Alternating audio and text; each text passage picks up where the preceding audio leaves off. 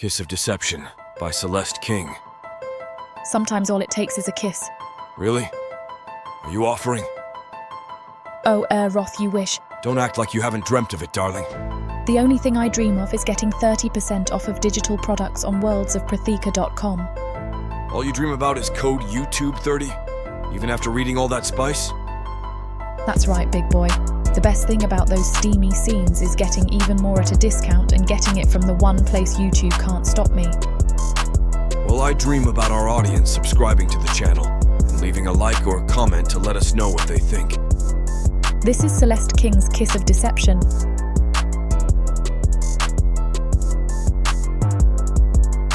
Chapter 1. Jarvel.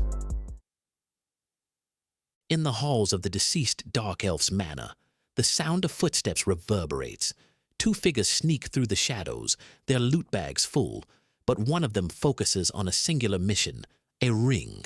Legend says it can compel anyone to do your bidding, and that power is exactly what Jarvel needs. His life has been a series of disappointments, and hope is slipping through his fingers. Tonight changes everything, he thinks to himself. They reach the study, and Jarvel's partner, Garrick, nods at the display case.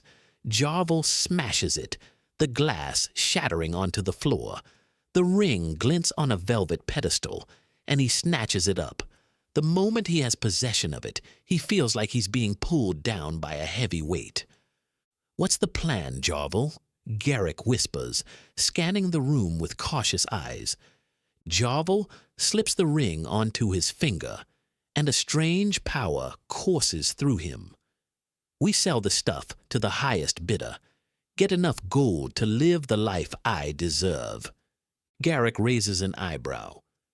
"You think that'll make you happy?" Jarvel sneers and says, "I'll be set for life. No more scrounging. No more feeling like a failed farmer." "What about your wife? Your kid?" Garrick presses on, voice steady. Jarvel snorts. "She's a prostitute, only good for spreading her legs. And that kid, it's a girl, useless. I wanted a son, not some weak little thing that'll only bring me shame." Garrick's expression is unreadable, but Jarvel senses disapproval. "Let's get out of here," he says, tucking the ring into his pouch and carefully placing it in his pocket. "Before someone finds out, we're the ones who took it." Garrick nods, and they slip back into the shadows, the ring's weight heavy in Jarvel's pocket. Yet, for the first time in years, he feels a glimmer of hope. Maybe, just maybe, this is the start of something better. Once out of the manor's purview, Jarvel leads Garrick through the winding alleys of Protheka's underbelly, their bags clinking with stolen goods as they navigate the dark, damp passages. The air reeks of decay and rot, a reflection of the city's seedy dark side, where only the desperate and the fallen dwell. Years of crawling through these streets have taught Jarvel how to scavenge from the shadows, and tonight feels like a jackpot. That damn ring should help bring him in a small fortune. "What do you think, Garrick?" he whispers, eyes darting around corners, checking for unwanted company. "Should we try the red stallion, or maybe the black boar?" Garrick's voice is low, even in the quiet. "The red stallion's got connections to the orcs. We might get a better price from them, but there's risk involved. The black boar's safer, but we'll get less gold." Jarvel rubs his chin, weighing the options. The orcs are unpredictable, yet they're also desperate for anything that gives them an edge against the dark elves. If they can sweet-talk them into a deal, they might walk away with a small fortune. The black boar is a safer bet. The proprietor has connections to some of the more unsavory elements of Protheka's society. "I think we take our chances with the orcs," Jarvel decides, a thrill of excitement running through him. "We can always fall back on the boar if things get hairy." Garrick nods, his face a mask of neutrality. "You're the boss, Jarvel. Jarvel flashes him a grin, the weight of the ring in his pocket bolstering a confidence he hasn't felt in years. Tonight, we drink and celebrate. Tomorrow, we make our own luck. As they turn a corner, the glow of torches from the red stallion spills out onto the street, casting flickering shadows on the walls. Jarvel straightens his shoulders, a sense of anticipation building in his chest. He puts the ring on his finger.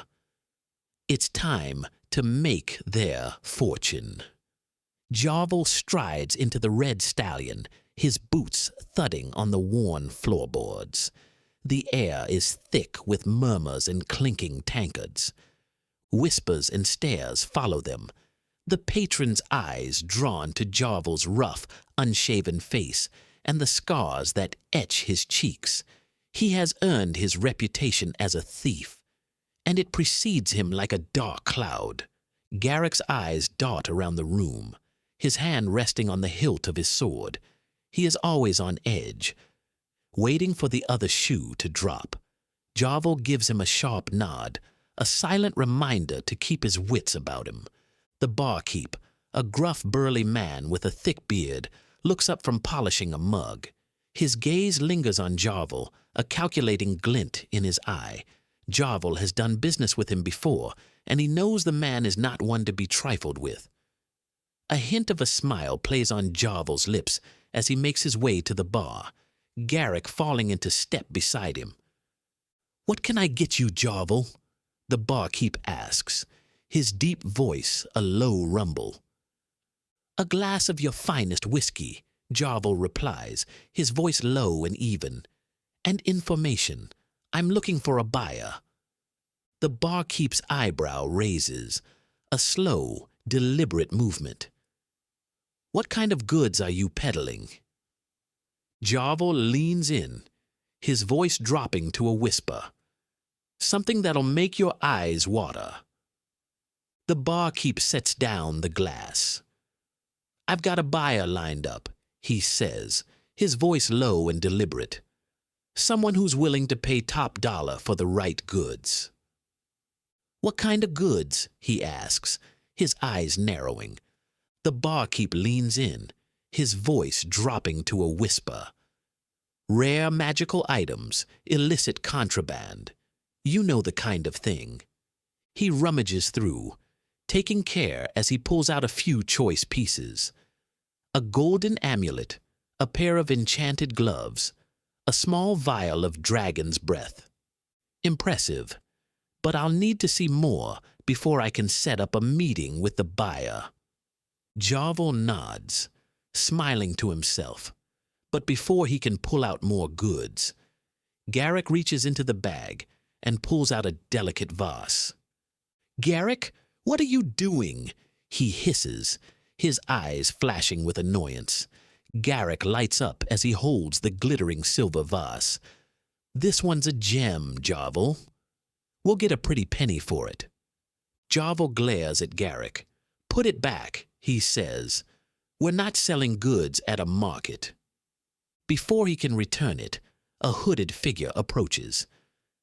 "I'll give you 50 gold for it," they say, their voice low and gravelly.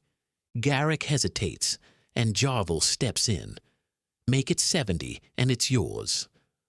The hooded figure's attention pivots to the mesmerizing band encircling Jarvel's finger. Jarvel, anxious and agitated, barks, "Well?" He produces a pouch of gold coins. While Jarvel steps away to count, Garrick hands over the vase. It glows with an otherworldly light, and Garrick's eyes go wide with terror. "What's happening?" he screams, as his body contorts in ways that seem impossible. His face elongates, his skin stretches like parchment. Jarvel steps back even more, a cold calculation in his eyes. He doesn't help or flinch as Garrick's screams grow louder. The Red Stallion patrons watch in horror as Garrick transforms, his eyes burning with an eerie red glow. "Bloodlord," murmurs one patron.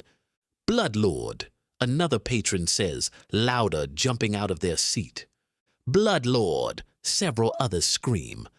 The room erupts into chaos as they realize the true extent of Garrick's transformation. They know what it means, the destruction and death that Garrick's new form will bring. No! Garrick screams. I'm still here. The hooded figure screams. He's still human. Kill him before he transforms. Panic sets in, and they attack, fueled by fear and desperation. Jarvel stands still, his gaze fixed on the chaos unfolding before him. He's thinking of the gold, of the advantage this situation gives him. Garrick's screams turn to snarls and growls. If Garrick is out of the picture, I won't have to share the spoils. The attack is brutal and short-lived. Garrick's form, mid-transformation, seems no match for the Red Stallion patrons. Jarvel watches, detached, as their blows rain down on Garrick's twisted body. Then the room falls silent, the only sound the heavy breathing of the patrons, exhausted from their exertion. Suddenly, with a guttural roar, Garrick springs to his feet. I am not a monster, he bellows, his body convulsing. Seeing Garrick's fight to stay alive, the patrons prepare to attack again. But the hooded figure, with a swift, arcane gesture, unleashes a torrent of dark energy that crackles through the air like a living thing. Garrick's body stiffens. The contortions cease, and he crumples to the ground. Everyone backs away from Garrick's lifeless body. The hooded figure stands over him, the magic still swirling around their fingers, their identity still hidden beneath their hood. With a voice filled with emotion, the barkeeper breaks the silence. By the 13, he mutters, crossing himself in a gesture of protection. What have we witnessed here tonight? Jarvel meets his gaze, a sardonic grin playing on his lips. Progress, he says. Nothing more, nothing less. He turns to the hooded figure. Pleasure doing business with you. Then turning his attention to the barkeep. Now, about that buyer, he says, his voice steady. I believe we have some business to attend to.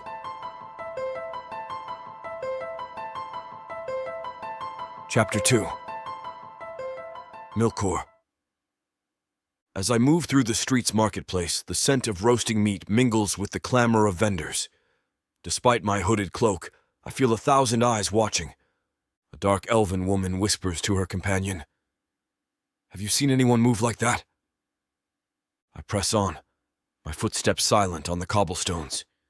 Strands of my long white hair frame my face, and a merchant scarcely meets my gaze as he mutters about strange elven men on the street. The draw of that powerful ring guides me toward a tavern. I followed it here from that elven manor that was overthrown by an orc wearing that ring. If anything can break my curse, the ring will. That damn Perna! I never saw them coming, trapping me in this weak, pathetic flesh for only exercising my nature, my right. A great demon like me should not be reduced to such a disgustingly useless nature. My strength, my power, everything was wrapped in the blink of an eye. The Red Stallion is the last place I want to be. Rowdy patrons fill the smoky space, and the thought of orcs makes my skin crawl. But as a demon in dark elf guise, I have little choice. At least the orcs tolerate elves more than demons. The sound of laughter from a tavern pulls me from my thoughts. I enter, and all eyes turn to me, filled with uncertainty. I sink onto a bar stool, hood up, eyes downcast. Laughter erupts as orcs bellow like thunder, their gazes weighing on me. If they knew who I really am, they'd kill me on sight. Well, they'd try. Taking a sip of ale, I try to ignore how their coarse laughter grates on my nerves. Irony twists in my stomach. Once a fearsome demon, now a mere mortal hiding among creatures I once deemed beneath me. A heavy hand slams onto my shoulder, and I turn to face a hulking orc, a smirk twisting his features. "You don't look like you belong here, pretty boy. What are you doing in a place like this?" "Just passing through," I reply, keeping my voice steady. "Didn't realize this was an orc tavern." His grin widens, revealing yellowed teeth. He leans in closer, breath hot and sour. "Well, don't get too comfortable. One wrong move and you might end up on the wrong end of an orc's axe." My muscles tense, fury battling with restraint. "I'll keep that in mind." I let a hint of ice seep into my tone. The orc laughs, slapping my back before swaggering away. As their laughter echoes, I gulp my ale, trying to quiet my unease. I can't afford any missteps here. Near the bar, I spot a man holding a vase. A flash of gold on his companion's finger catches my eye. It's the ring. My ring, or it will be very soon. On the hand of the thief who snatched it from the manor before I could get my own hands on it. I can sense its power, thrumming with promise, the key to my freedom. I slide off my stool and approach. "I'll give you 50 gold for it," I say. "70, and it's yours," the rough-voiced man replies. As I lean closer, the man with the vase stumbles back, his eyes wide. He transforms before me into a grotesque mockery of a bloodlord, sending a chill down my spine. With the ring's power surging, I act quickly. This is my chance to gain the thief's favor, to get closer to the power he so clearly doesn't understand. I strike him down, the surrounding orcs recoiling in shock. "I'm Milore, a dark elf," I declare, voice cold. "I'll protect you from the curses on those stolen goods. No charge." Jarvel, a thief, nods in gratitude. "Thank you," he breathes. "Follow me." I gesture toward the door, feeling the ring pulse with latent power. "Why help me?" he stammers. "I'm just a thief." "My reasons are my own. Just know I'll safeguard you," I say, calculating. His eyes glint with greed. "You could come with me." "Your home?" I probe. "Yeah, it's a dump, but it's mine." "Your family?" I ask. "Useless. I wish I'd never had 'em." His disdain surprises me. "You don't care for their safety?" "Safety? Screw 'em. You're my ticket now," he grins harshly. "More items you might help with." "Lead the way," I reply, my mind racing with the ring's promise of power. As we walk, his excitement spills over. "With you, I'll be unstoppable. No more scraping by." "Of course." A cold smile spreads across my face. "I'm here to serve."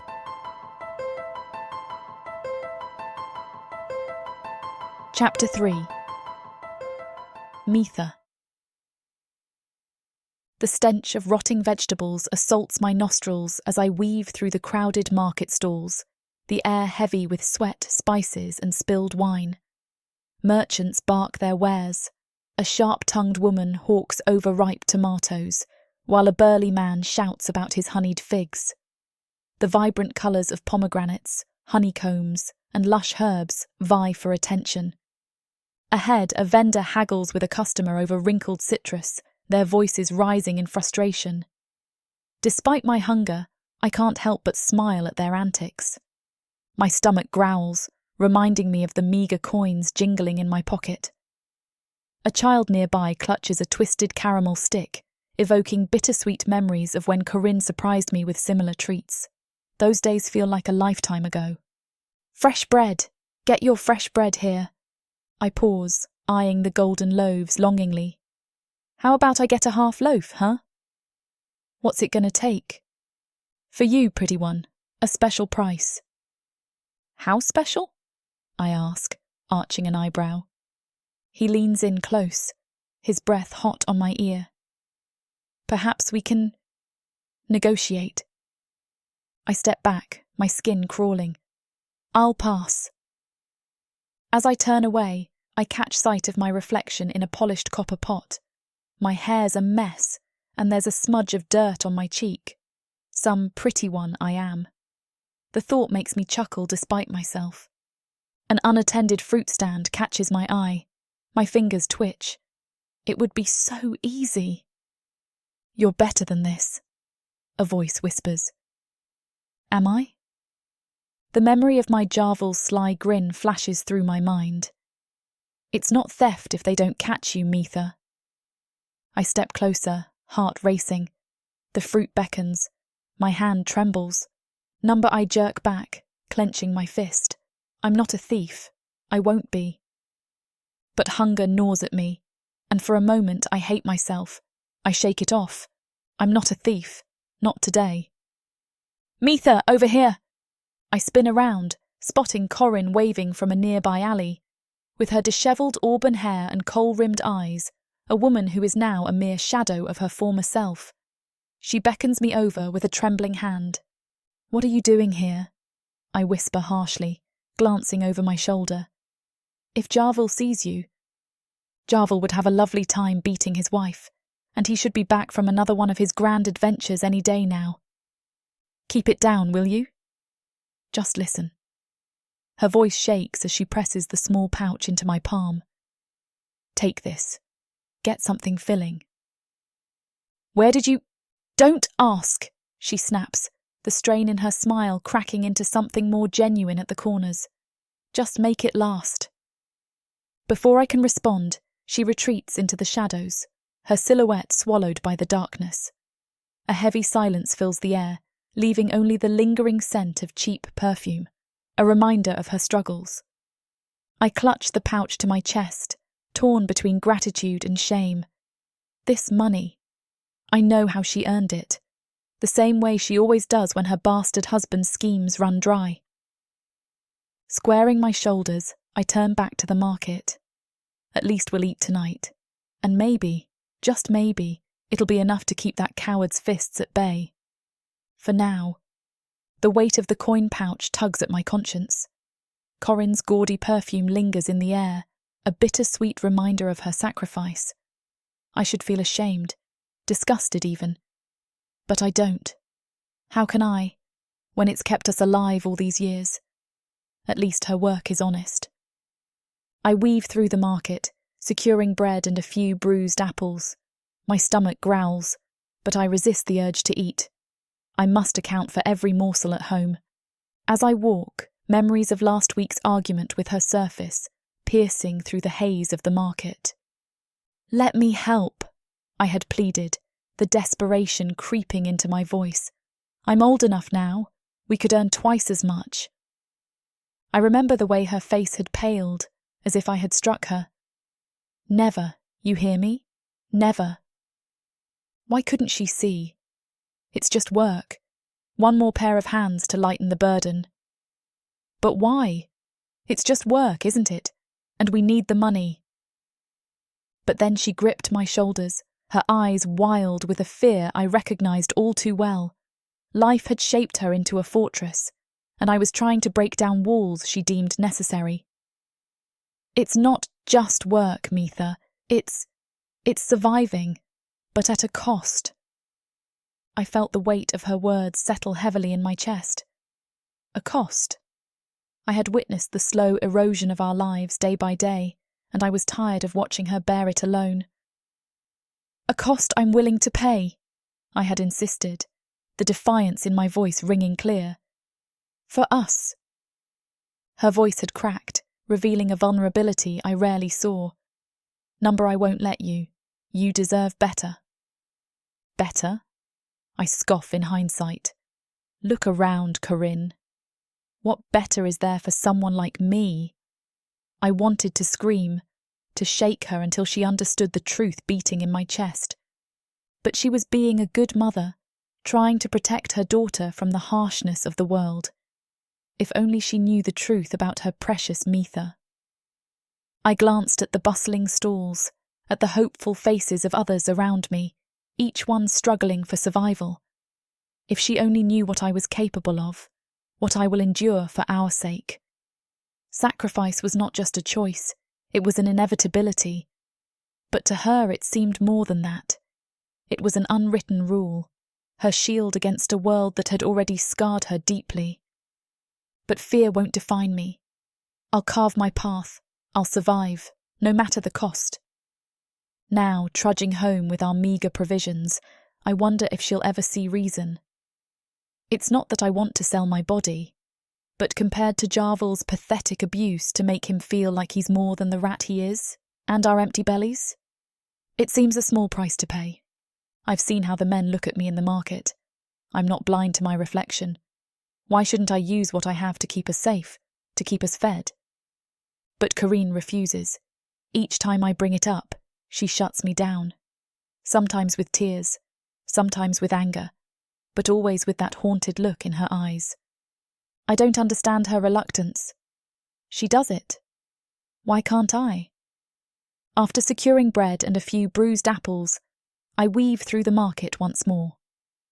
A group of street musicians catches my attention, their lively tune a stark contrast to my mood.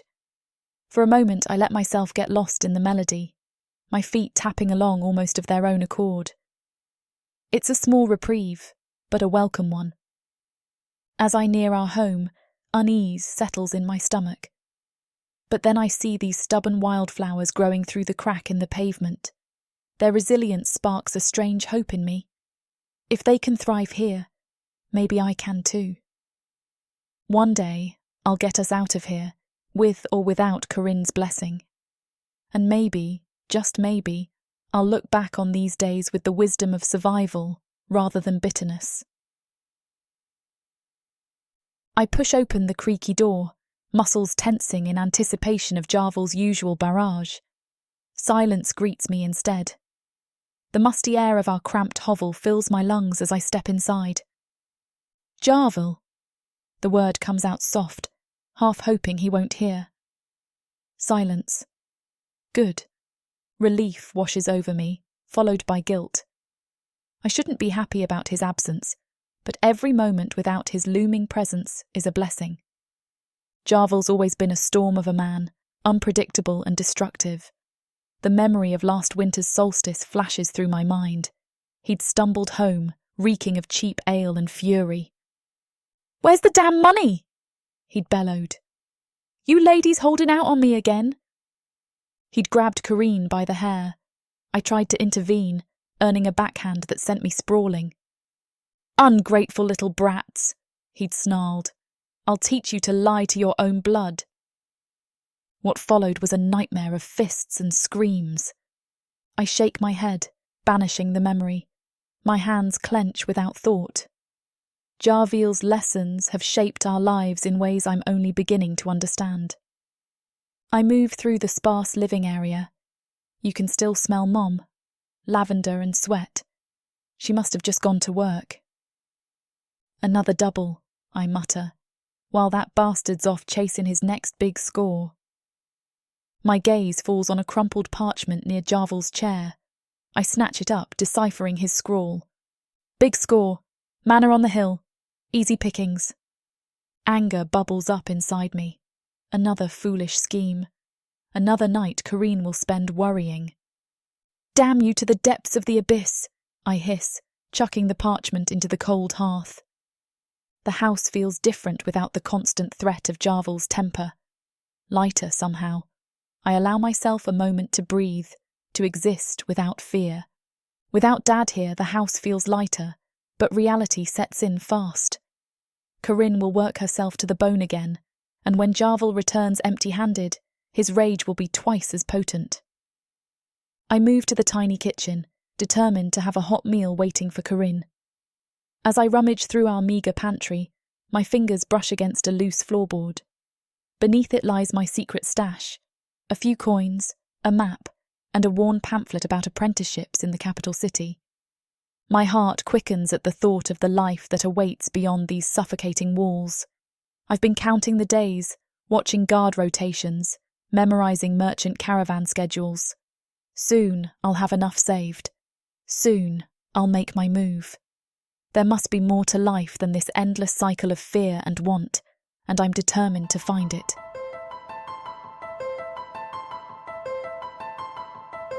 Chapter 4. Milore. The gangplank creaks under our feet as we disembark. Jarvel stumbles. I grab his arm, steadying him with a strength that belies my slender elven form. Easy there, I mutter.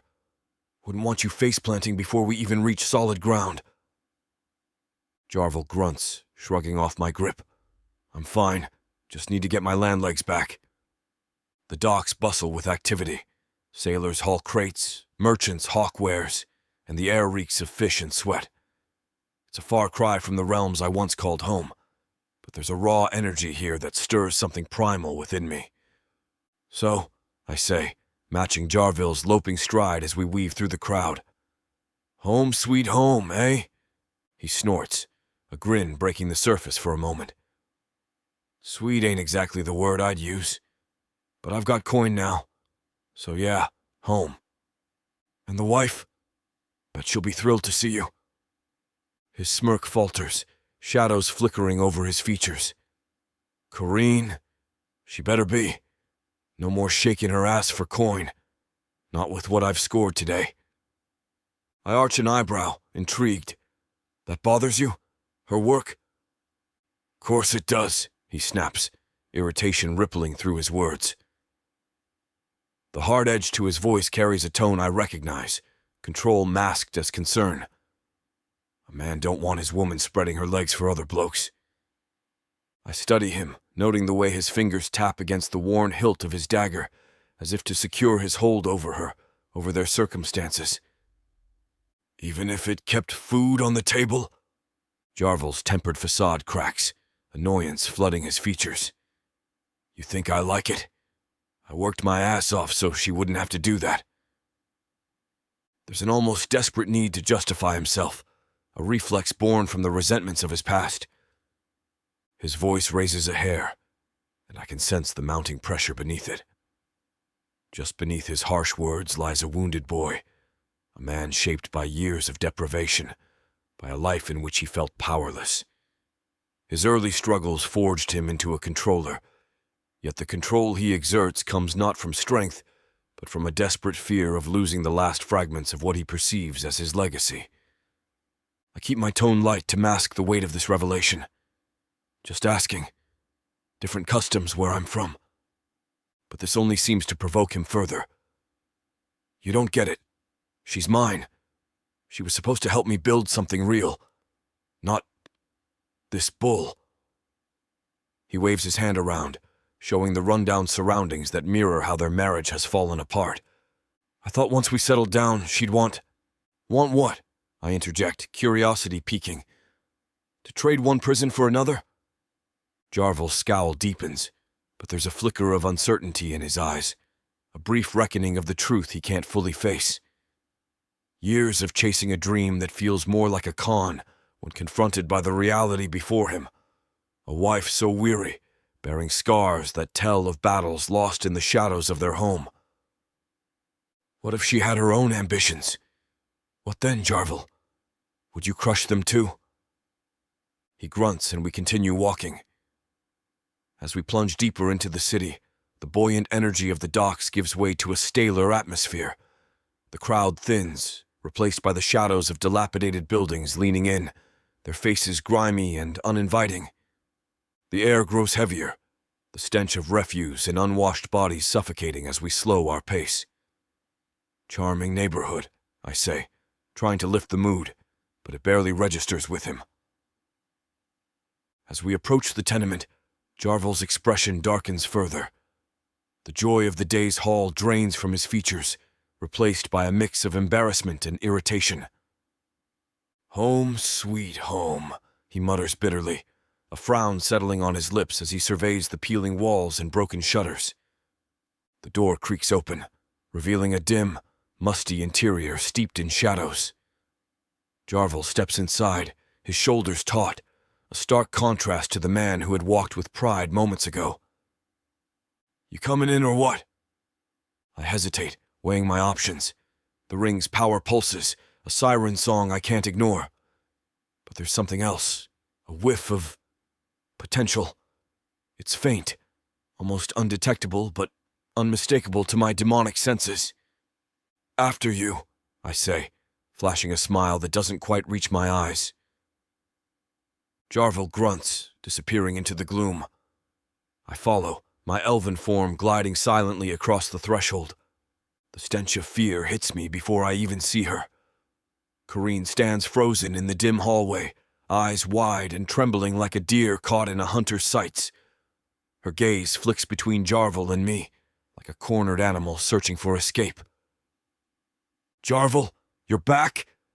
Her voice quavers, panic threading through her words. "Who's that with you?" Jarvel's face twists into a snarl, the sound cutting through her vulnerability. "Shut your trap, woman. Can't a man bring home a guest without you squawking like a startled hen?" As his words land, I observe silently, cataloging every detail. Corrine flinches at the verbal lash, a ghost of something darker flashing in her eyes, a memory of a blow, a shouted curse, a fear too familiar. The bruises peeking out from beneath her worn sleeve tell tales of silent suffering, echoes of battles waged long before this moment. The surrounding air is thick with the weight of her resignation, an oppressive cloak she wears as protection against a world that seems determined to break her. "This here's Milore," Jarvel grunts, jerking a thumb in my direction. "Elven servant I picked up. Gonna be staying with us for a bit." Corrine's eyes meet mine, searching for something. I can't tell what. Hope? Or perhaps just the instinct to find another way to survive. I offer a placid smile, the very picture of subservience, while inside, my demonic essence roils with anticipation. Such delicious fear, such exquisite suffering. It would be so easy to reach out, to twist that fragile psyche until it shatters. But no, patience. The ring pulses and sings its siren song, a reminder of my true purpose. Pleased to meet you," Corrine stammers, dipping into a clumsy curtsy, her movements devoid of confidence. She performs the act as if it's ingrained in her, an automatic response honed through years of conditioning. "The pleasure is mine, good lady," I murmur, bowing slightly, my silver eyes never leaving hers. I drink in the confusion that flickers across her face at my cultured tones. In that fleeting moment, I glimpse her inner turmoil, a struggle forged in pain, an unwillingness to fight against the tide of an existence that has taught her that submission is survival. A new voice cuts through the tension, sharp and unexpected. "Why would a dark elf bother serving you?" My head snaps toward the source. A young human female stands in a doorway I hadn't noticed before, arms crossed and eyes narrowed. How did I miss her presence? My senses must be duller than I thought in this cursed form. Jarvel's face flushes an ugly red. "You watch your mouth, girl. Didn't I teach you to respect your elders?" "Earn respect," she shoots back defiantly, her chin jutting out. I study her, intrigued. Where Corrine radiates fear, this one blazes with rebellion. It's refreshing, a spark of life in this den of misery. But Jarvel's face contorts with rage, his meaty hand shooting out to grab Corrine's wrist. The sight fuels an ember of excitement within me. She whimpers, a dismal sound that sends a delicious shiver down my spine. "You," he snarls at his wife. "Bedroom. Now." His gaze swings to his daughter, venom dripping from every word. "And you, girl. One more word out of that smart mouth and you'll regret it." With a forceful tug, he drags Corrine towards a door at the end of the cramped hallway. Her eyes widen with terror, and though her feet stumble in protest, there's no resistance. Smart woman, indeed.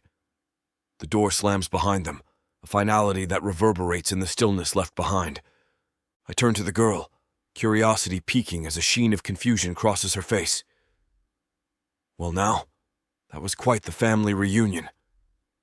She glares at me, defiance radiating off her in waves, but her eyes dart back to the closed door, tension coiling her tight like a rattlesnake. A muffled cry echoes from the bedroom, piercing the heavy atmosphere like a knife. The girl's face twists in disgust, but beneath it, there's a flicker of something else. Resignation? No. Guilt. I lean closer, heightening the intensity of the moment. Just think. Every sound that comes from within those walls is a reminder of what it means to be powerless. Wouldn't you agree? Her expression hardens, but it's clear. The horrors unfolding on the other side grip her heart with the chill of despair. Chapter 5. Mitha. His eyes lock onto mine, a predatory gleam in their depths. No servant, dark elf or otherwise, has ever looked at me like that. A chill races down my spine. What are you really? The words slip out before I can stop them.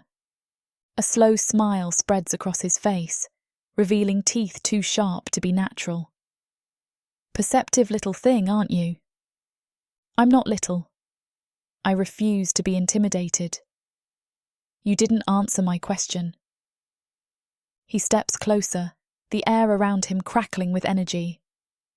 What makes you think I'm not what your father claims? I've seen dark elves before. You're different. I make a vague gesture, uncertain of the exact reason. Different how? His voice drops low. I swallow hard. You carry yourself like you own the place, like you're used to being obeyed. Perhaps I'm simply confident. I snort. Right, and I'm the Queen of Protheka. His eyes narrow, amusement flickering within. Careful, little one. Curiosity can be dangerous. So can lying. What's your name? I am Milore. Strange name for an elf. His piercing gaze never leaves me. I suppress a shiver, uneasy. The sounds from my parents' bedroom twist my stomach. Why bring a dark elf home? Are you hungry? The journey must have been long, I say, eager for a distraction. The rustle of fabric tells me he's moved, but I don't dare look back. I busy myself with pots and pans, the familiar motions soothing my nerves. What passes for food here? His voice drips disdain. Stew. Nothing fancy, but it'll fill your belly. How quaint. I bite back a retort, focusing on chopping the root vegetables we'd scrounged up. The knife's rhythmic thud against the cutting board helps drown out the noises from the other room, but they linger in my mind. Half-formed memories of dark elves from my past. I recall their predatory grace and overconfidence. Their silver eyes gleamed like weapons against their shadowy forms. Childhood encounters left me unsettled, reminding me of my family's inferior status and our constant wariness of the dark elves' capricious rule. Tell me, little one. Milore's voice is suddenly much closer, pulling me back into the present. Do you often cook for your father's guests? The knife slips, nicking my finger. I hiss and pinch it. The pain distracts from my swirling thoughts. Memories flood back. A dark elf, ominous in stature, haggling with severity in the marketplace. Another tasking father with grueling labour. These recollections twist in my gut like a blade. I shake off the thoughts, forcing myself to focus on the vegetables before me. Not that it's any of your business, I reply, trying to sound indignant to mask my discomfort. But no, you're the first guest he's ever brought home. A low chuckle. How fortunate for me. I turn, all set to tell him where he can stick his fortune, but I can't get the words out. He's right there, mere inches away, silver eyes boring into mine. The air feels thick, charged with something I can't name. I turn back to the pot, stirring the thick stew. The smell in the kitchen is so comforting, but there's a definite tension in the air. Milore's presence looms behind me, an unspoken challenge that adds weight to the comforting atmosphere. Are you sure you're not hungry? I ask again, my voice steadier than I feel. It's not much, but it's hot and filling. I have no need for your human sustenance. His tone is dismissive, but beneath it, I sense a hint of curiosity. I shrug, ladling a generous portion into a worn wooden bowl. Suit yourself.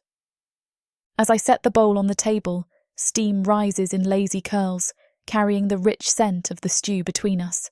I grab a spoon and place it beside the bowl, then turn to face Milore.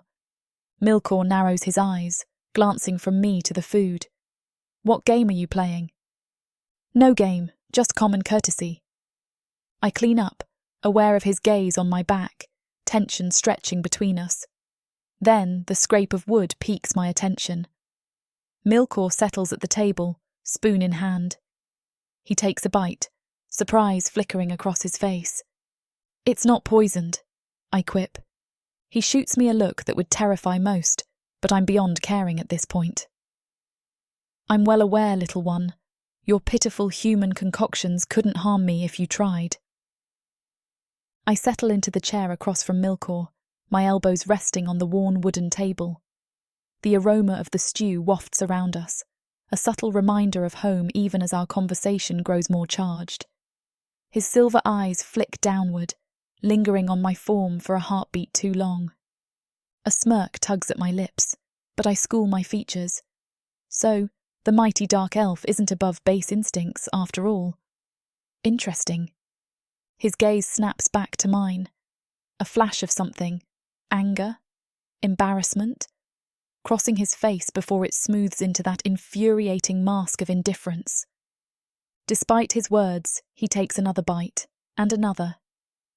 Soon, the bowl is empty, and I'm fighting to keep the smug smile off my face as I stand to check the remaining contents of the pot.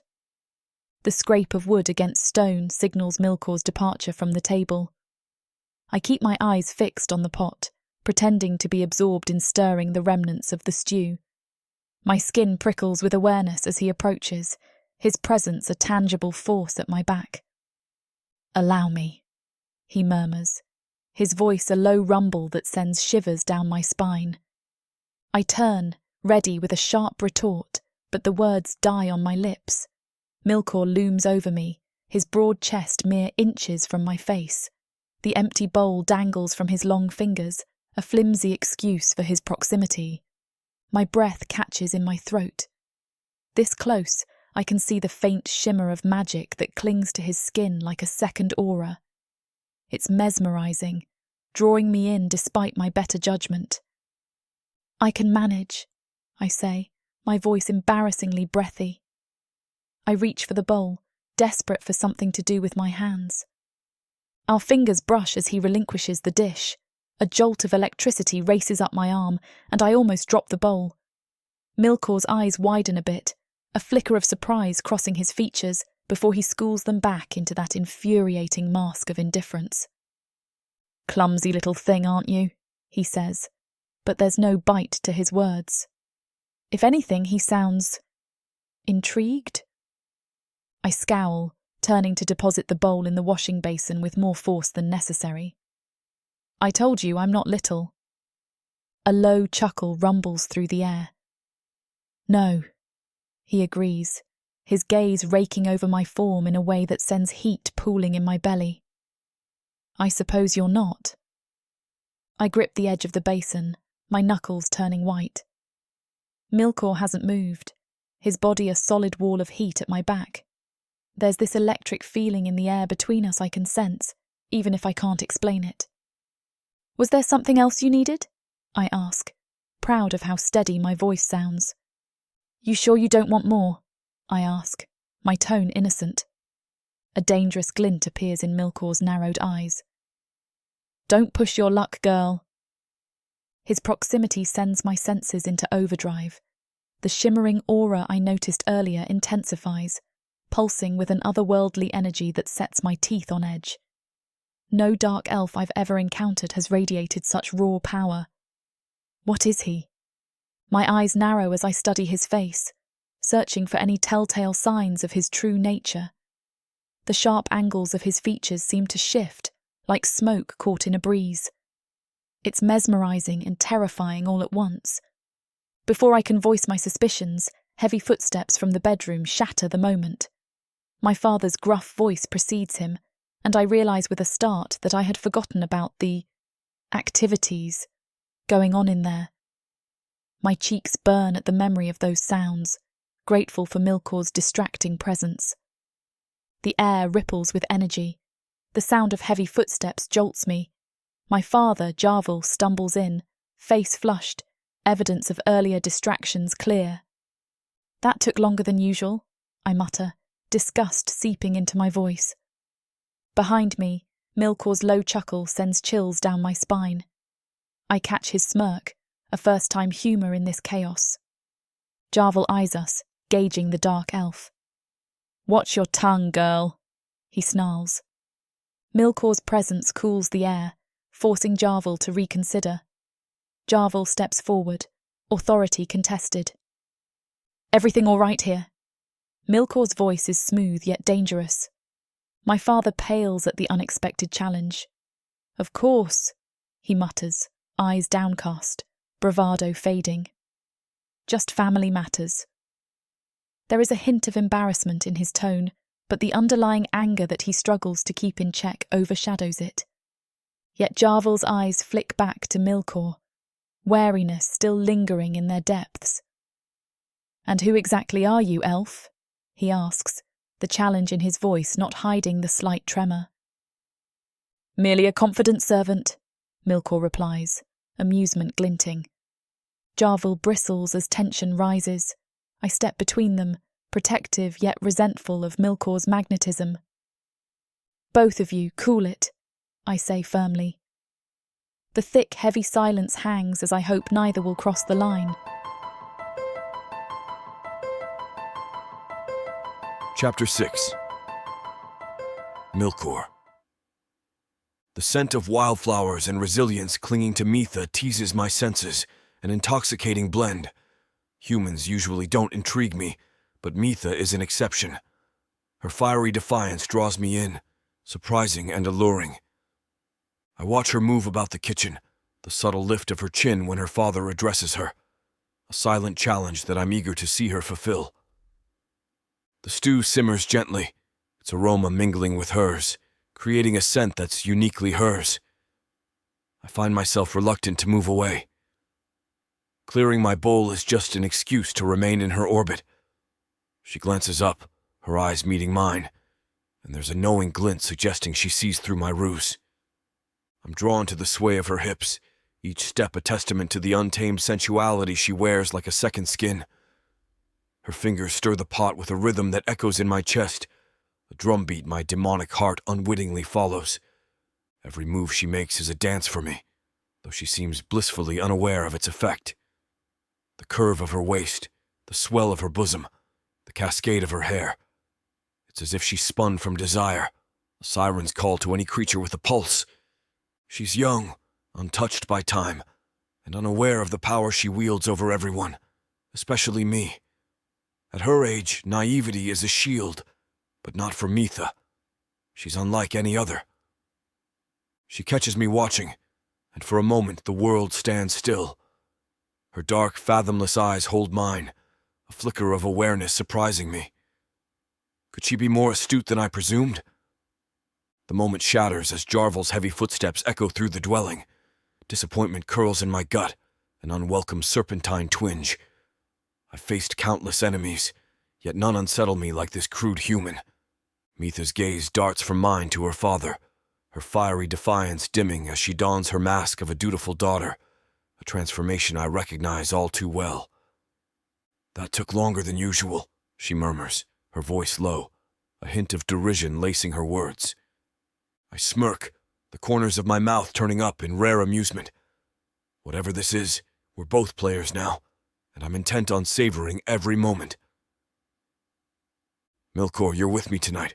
We're gambling with the boys." Jarvel's eagerness strikes me as quaint.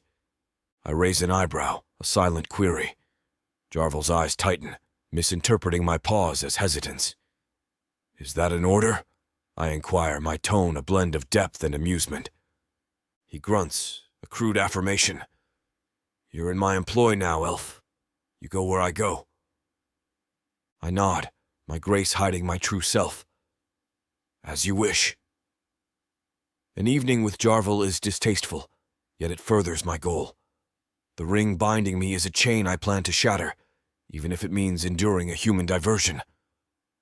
Mitha watches the exchange with wary eyes, flickering between her father and me. We step out into the night. The cool air contrasts sharply with the stuffy confines of Jarvel's dwelling. The streets of Darkholm vibrate with sounds of nightlife, voices, Clinking glasses, raucous laughter. Jarvel strides ahead, his heavy footsteps echoing. I fall into step beside him, my elven grace stark against his lumbering gait. The ring of the deceiver glints on his finger, reflecting light from the magical lanterns. You'll see, Milore. There's no thrill quite like it. The dice, the cards, it's in my blood. I nod, feigning interest. I'm sure it's exhilarating. As we weave through Darkholm's nighttime splendor, I observe the architecture, a patchwork of its tumultuous past.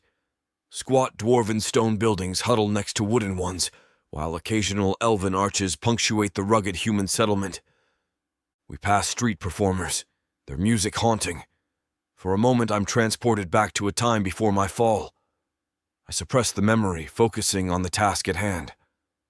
There it is, Jarvel announces, pointing ahead. The Rusty Dagger. Best gambling den in Darkholm, if you ask me. The tavern is uninviting, its weathered facade speaking of neglect. A sign hangs above the door, depicting a dagger dripping with what I assume is blood. Charming, I mutter. Jarvel pushes open the door, and noise and stench wash over us. Sweat, spilled ale, and cheap tobacco. The clatter of dice and hushed conversations fill the smoky room. Jarvel's face splits into a grin.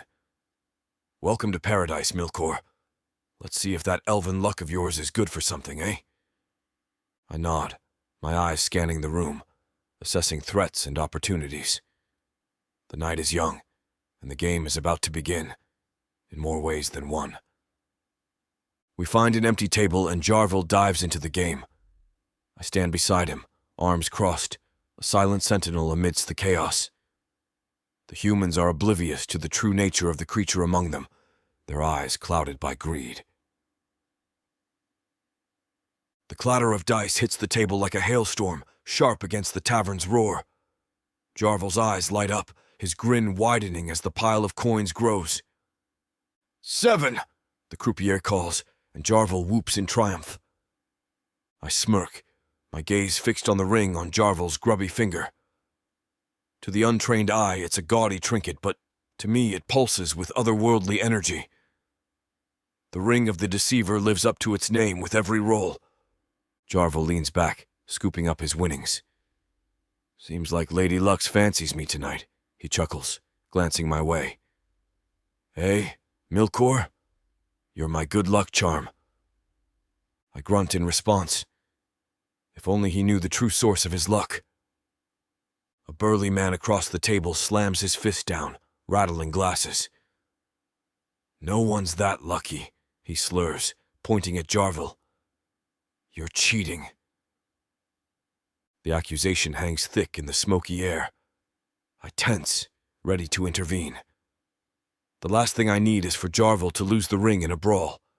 But Jarvel's laughter booms, diffusing the tension. Me? Cheat? I'm offended, friend. He gestures toward me. It's all thanks to my elven servant here. He's got a knack for numbers.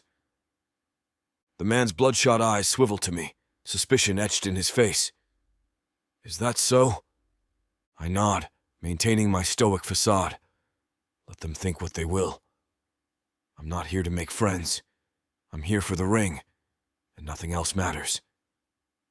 Another round, Jarvel declares, scooping up the dice. As he shakes them in his fist, I observe the subtle glow from the ring. To my demonic senses, it's as clear as day. The magic pulses in rhythm with Jarvel's heartbeat, influencing the fall of the dice. The dice tumble, coming to rest with a tantalizing rattle. 9, the croupier announces, and another cheer erupts from Jarvel. More coins change hands, sliding toward my temporary master. It's almost too easy. Why does he bother with such petty deceptions when the ring's power could grant him so much more? Humans have always been predictable in their greed, clinging to the familiar even when greater power waits. It's what makes them easy to manipulate. Your luck can't hold forever, growls another player, eyes narrowed. Jarvel merely grins, the ring glinting as he reaches for the dice. Care to bet on that? As the game continues, I find my thoughts drifting. How long must I endure this charade? How many more nights of petty gambling before I can claim the ring? The dice roll again, snapping me back to attention. Patience, I remind myself. The time will come. For now, I must play my part. The silent, stoic servant to a man unaware of the true power he holds. Milore, Jarvel's voice cuts through my reverie. Fetch us another round. This calls for a celebration. I nod, moving toward the bar. My eyes never leave the ring. Soon, I promise myself. Soon, its power will be mine, and this tedious game will end. The tavern's clamor fades as my thoughts drift, unbidden, to Jarvel's daughter, Mitha. Her image from earlier invades my mind, unsettling me. Usually, humans spark as much interest for me as mayflies do for their fleeting lives, but Mitha stirs a curiosity that challenges my indifference. I can't shake the image of her, defiance in her dark eyes, the grace of her movements. It's not just her beauty, but something deeper, a spark of potential that sets her apart from others. This fascination unsettles me. I'm a demon, yet I find myself perturbed by a mere human girl. It's not lust as I've known it before. It's a curiosity, a pull towards something I don't understand, and that gnaws at me.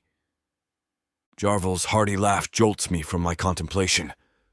I need air, space to clear my head. Rising from the table, the wooden legs scraping against the dirt floor, I lean in to whisper to Jarvel, I'll be back. Nature calls. He nods, too caught up in his game to pay me much mind. As I weave through the crowd, heat presses in on all sides, and I yearn for the cool solitude outside. Once outside, I slip into the shadows, away from prying eyes. The alley behind the tavern reeks of refuse and rain. I lean against the rough wooden wall, my breath shallow as I try to make sense of these alien feelings. This interest in a human is disturbing, unprecedented and inconvenient. I need to focus on my mission and can't afford to be distracted by a girl, no matter how intriguing.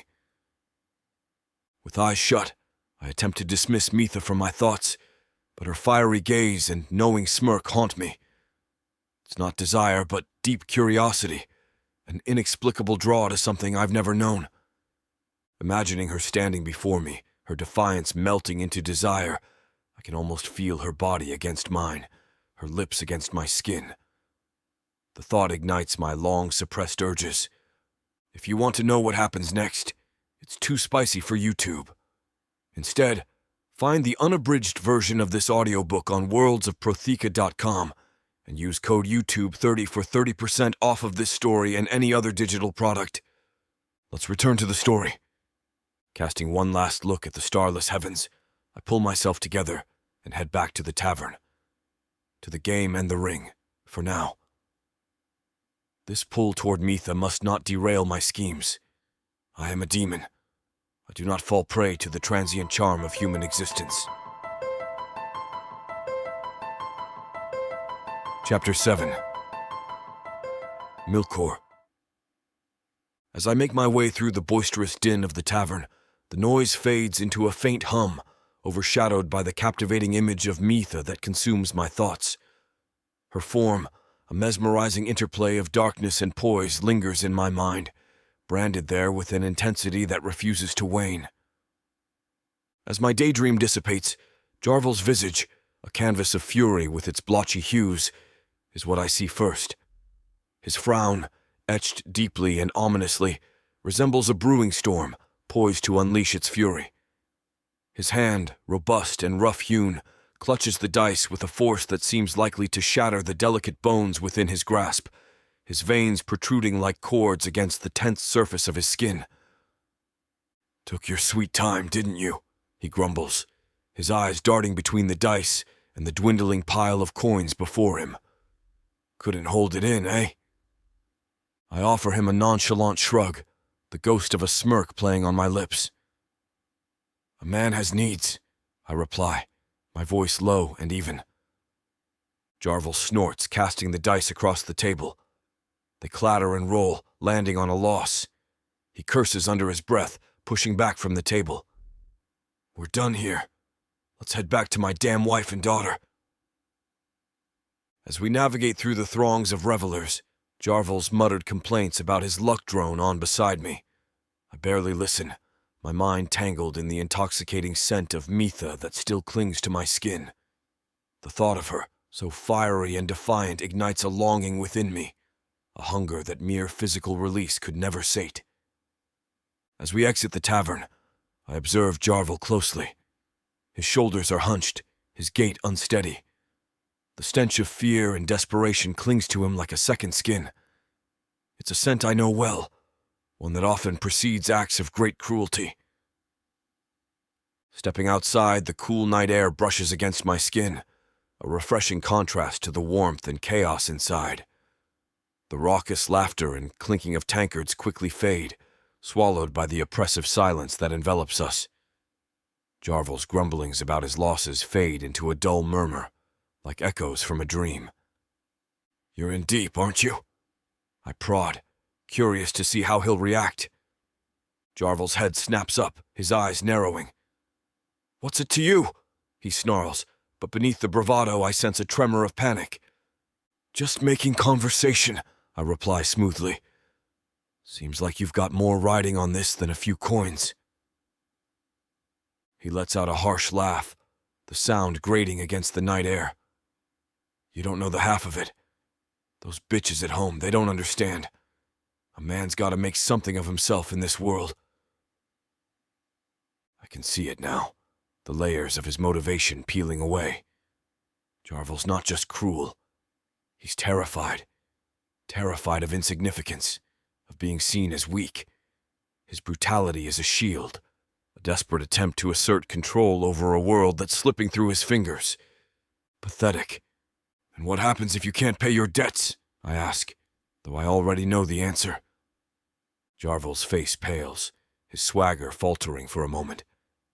"Then I lose everything," he whispers, more to himself than to me.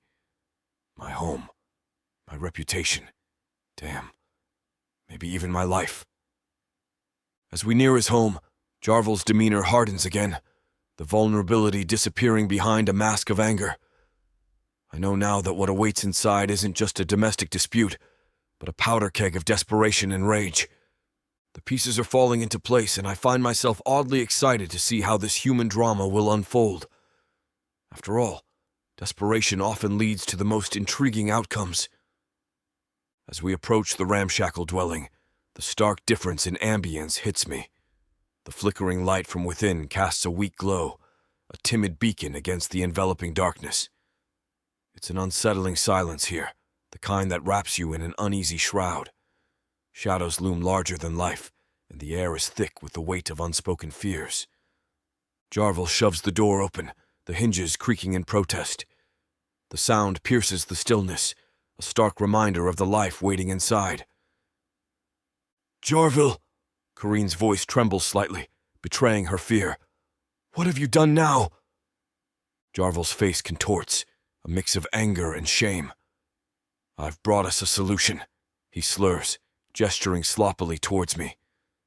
I stand back, my gaze tracking the subtle dance of Corinne's fingers at her sides, the rise and fall of her chest in short, sharp breaths. The room is a cauldron of tension, the air thick and electric with unspoken threats and simmering rage. I can taste the bitterness of it on my tongue, a metallic tang that speaks of old wounds and new fears. Jarvel shifts his weight beside me, his presence a dark cloud that seems to suck the very light from the room. I can feel the heat of his frustration, a palpable thing that wraps around us both, binding us to this moment of reckoning. "A solution?" Corinne scoffs, her laugh brittle. "You mean another of your schemes? How much did you lose this time?" Jarvel takes a menacing step forward. "Watch your tongue, woman. I'm doing this for us." "For us?" Corinne's voice rises, her fear giving way to anger. "You mean for you? It's always for you, Jarvel. Your debts, your mistakes, and I'm the one who pays." "Shut up!" Jarvel roars, his fists clenching at his sides. "You ungrateful bitch. Where would you be without me?" Kareen's eyes flash. Anywhere would be better than here with you. The tension builds, a rubber band stretched to its limit, quivering with the strain. I can almost hear the ominous creak of it about to snap, the air charged with the promise of chaos. My heart pounds in my chest, a drumbeat echoing the inevitable release. Jarville's face turns an alarming shade of red, veins bulging in his neck. He lunges forward, grabbing Kareen's arm roughly. You want to leave? Is that it? After everything I've done for you? Kareen tries to wrench her arm free, panic replacing her defiance. Jarville, you're hurting me! Let go! I'll show you hurt, Jarville snarls, raising his other hand threateningly. I stand rooted to the spot as I watch the scene before me unfold in agonizing slow motion. The air is thick with the promise of violence, charged like the heavy stillness before a thunderstorm. Jarville's fury is a palpable force, a dark wave that washes over the room, engulfing everything in its path. His face is a terrifying mask of anger, the muscles in his neck standing out like cords as he looms over Kareen, his grip on her arm unyielding. The world narrows to this single explosive moment, and I'm frozen, held captive by the spectacle of Jarville's wrath reaching its fearsome zenith. Kill her! He suddenly snarls at me, his eyes wild. I move. Kareen gasps. My hand finds her throat. A twist. A crack. She falls. The door creaks. Mitha appears. Horror. Shock. Then defiance. No! She shouts. Jarville freezes. What? I won't let you. Mitha stands tall. You don't control me. Anger flashes in Jarville's eyes. You'll regret this. Mitha doesn't flinch. I'd rather face you than live in fear. The room crackles with newfound tension, the air practically humming with the sudden shift in dynamics.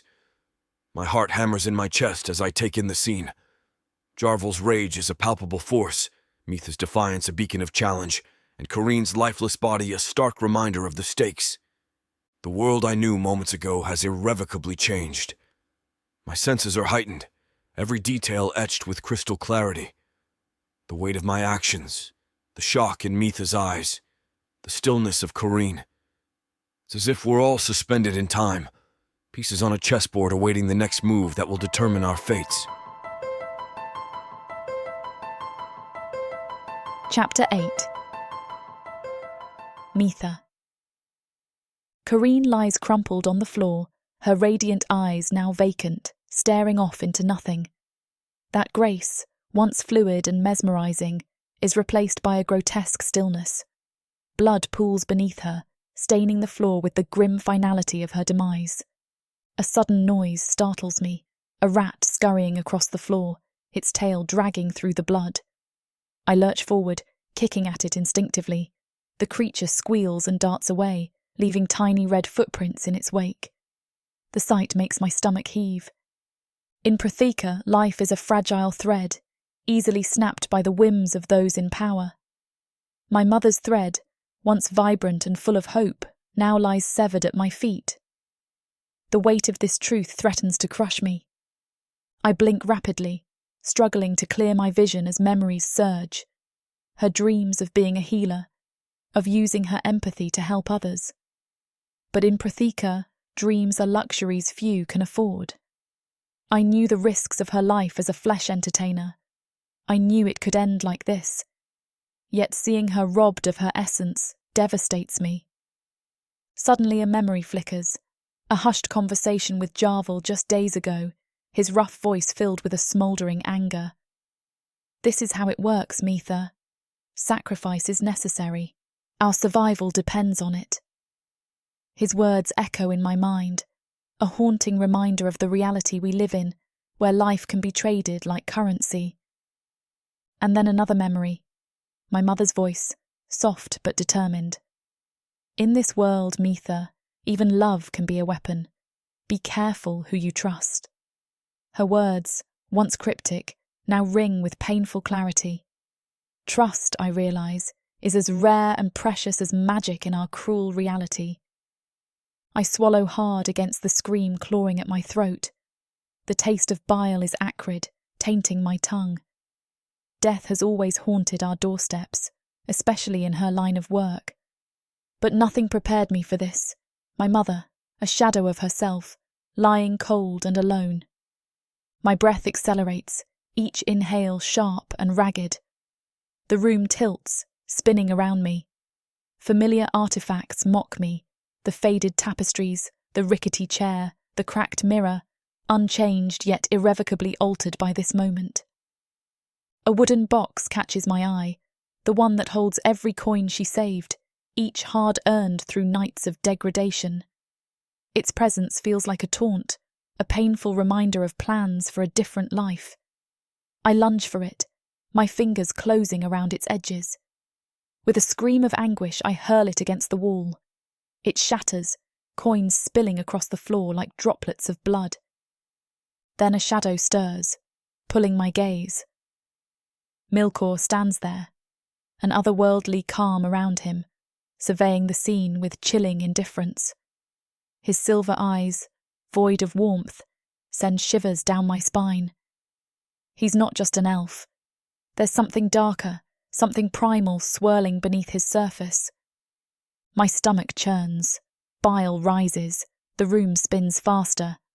"Why are you doing this?" My whisper barely pierces the silence, laden with accusation. His gaze locks onto mine. For a heartbeat, something flickers in his expression. My skin crawls. My breath catches.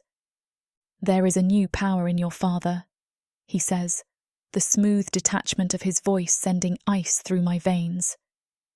New power? The words echo, hollow, empty. My mind reels, struggling to piece together his cryptic words amidst the chaos. Blood pounds in my ears. Why would my father's power matter, especially when it meant this? In Protheka, power is a ravenous beast, consuming everything in its path, even family. My throat constricts. Words claw their way out. "Did Jarvel tell you to kill her?" The question is sharp, spilling from me like venom. The truth is monstrous, unfathomable. Milker's head inclines, a nod so slight, yet crippling. "Yes." His voice is as cold as the stones under her lifeless form. Rage ignites within me, burns through the shock. I lunge at Milore, my fists pounding against his chest. "You monster!" I scream, the words tearing from my throat. "How could you? She was trying to build a better life for us." Milore doesn't flinch. His hands grip my wrists, effortlessly restraining me. His expression remains unreadable, a mask of stone. "It was merely a transaction," he states matter-of-factly, as though he's discussing the weather. Transaction. The word stings, echoes, mocks, a cruel reminder of our world's harsh realities. Corinne's life snuffed out for what? I wrench myself from his grip, stumbling backward. Every shattered dream crashes over me like a wave. In Protheka, lives are commodities, traded and discarded at will by those who hold the reins of power. In that moment, I see something shift in Milore, an inkling of conflict beneath his detached exterior. For a fleeting moment, his eyes flicker with something human, a ghost of remorse perhaps, but it vanishes, leaving only the cold void behind. I stand there, trembling, caught between my mother's lifeless form and Milore's eerie presence.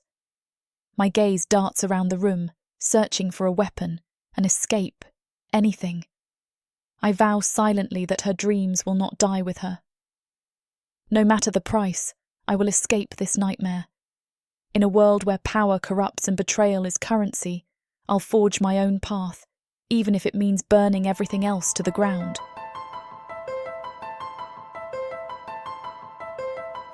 Chapter 9. Milore. Mitha's face contorts, a storm of emotions playing across her features. Grief, anger, fear, they all war for dominance. She stumbles backward, her hand flying to her mouth to stifle a sob. "No," she chokes out, shaking her head in disbelief. "No, no, no." I watch, fascinated, as she battles her inner turmoil. Her eyes dart between her mother's body and me, confusion evident in her gaze. She takes a shuddering breath, steeling herself. Will he have you kill me next? Her eyes glisten with unshed tears, her voice carrying the weight of her fear. The question hangs in the air, heavy with the implications of past events. I study her face, noting the tension in her jaw, the way her eyes dart nervously to the shadows. This isn't just the fear of the moment. It's a deep-seated terror born from experience. Her hand unconsciously moves to touch a small amulet hanging around her neck, a charm for good fortune, now seeming woefully inadequate. Uncertainty washes over me as I consider Jarvel's erratic nature. I do not know, I admit, the unfamiliar taste of uncertainty coating my tongue. He is unpredictable. Mitha's shoulders slump, a bitter laugh escaping her lips. Unpredictable? That's one way to put it. She wraps her arms around herself as if warding off a chill. You know, he's done this before.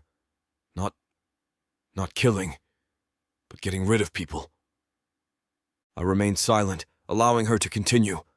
Her words come faster now, tumbling out as if she's been holding them back for too long. There was a servant girl, Lena. She spilled wine on his favorite tunic. The next day she was gone. No explanation, just gone. Mitha's voice drops to a whisper. And my older sister, Alara. She defied him, refused the marriage he'd arranged. She disappeared too. He said she'd run off with some traitor, but I know she wouldn't have left without saying goodbye. Her eyes meet mine, filled with a mixture of fear and determination. And now my mother. I knew he didn't love her, but at least she was useful to him. He doesn't love me, doesn't want me. I'm not useful. What's to stop him from...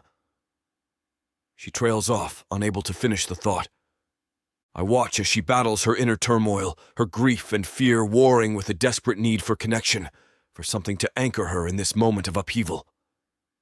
Take me, she requests, her voice steady despite the trembling of her hands. Before he decides my fate as well. I study her, my eyes raking over her delicate form. I sense her fear, but beneath it, a primal desire burns brightly. Her request isn't just about physical pleasure. It's an act of defiance, a way to claim some control over her life in the face of her father's unpredictable cruelty. I am not what I seem, I remind her. I know, she whispers, her gaze unwavering. A bitter laugh escapes her lips. But what does it matter now? My mother is dead. My sister is gone. And I could be next. I trust you more than the uncertain future that awaits me. Her words are laced with a mixture of grief and reckless abandon. She steps closer, her hand reaching out to touch my chest. Please, she breathes, her voice breaking. I need to feel something other than this pain, this fear, even if it's just for a moment. The air crackles with anticipation as I reach out, my fingers brushing her soft cheek. Her eyes drift shut as she leans into my touch, surrendering to the moment. A single tear escapes, trailing down her cheek. Are you certain? I growl, my voice rough with restrained desire. My true form longs to be released, to experience the intimacy in my true demonic body. Thanks for listening to Kiss of Deception. Unfortunately, things are getting a little too heated for YouTube. You can find the full, unabridged version of this audiobook on worldsofprotheka.com with discount code YouTube30. Now, where were we? The furs beneath us are damp with sweat, our bodies still entwined. Mitha's head rests on my chest, her breathing slowly returning to normal. I run my fingers through her hair, marveling at its softness.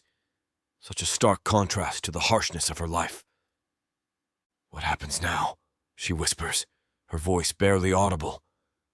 I consider her question. In truth, I don't know. My plans have always revolved around the ring, but now I find myself oddly reluctant to leave her side. Well, I reply, my voice low. Your father will return soon.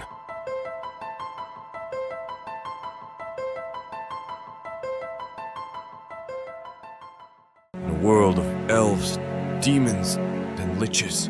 What would you choose? Power? Or passion? Would you stab the monster in the back? Or take him to bed? The immersive fantasy audiobook bundle has it all. Go to worldsofprotheka.com to get access.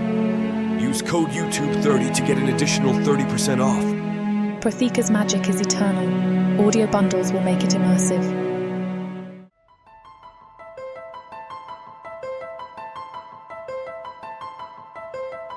Chapter 10. Metha.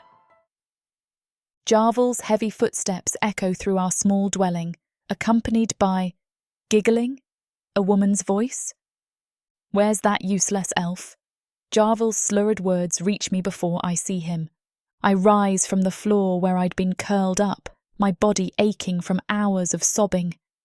The scent of death still lingers in the air, a stark reminder of what transpired mere hours ago.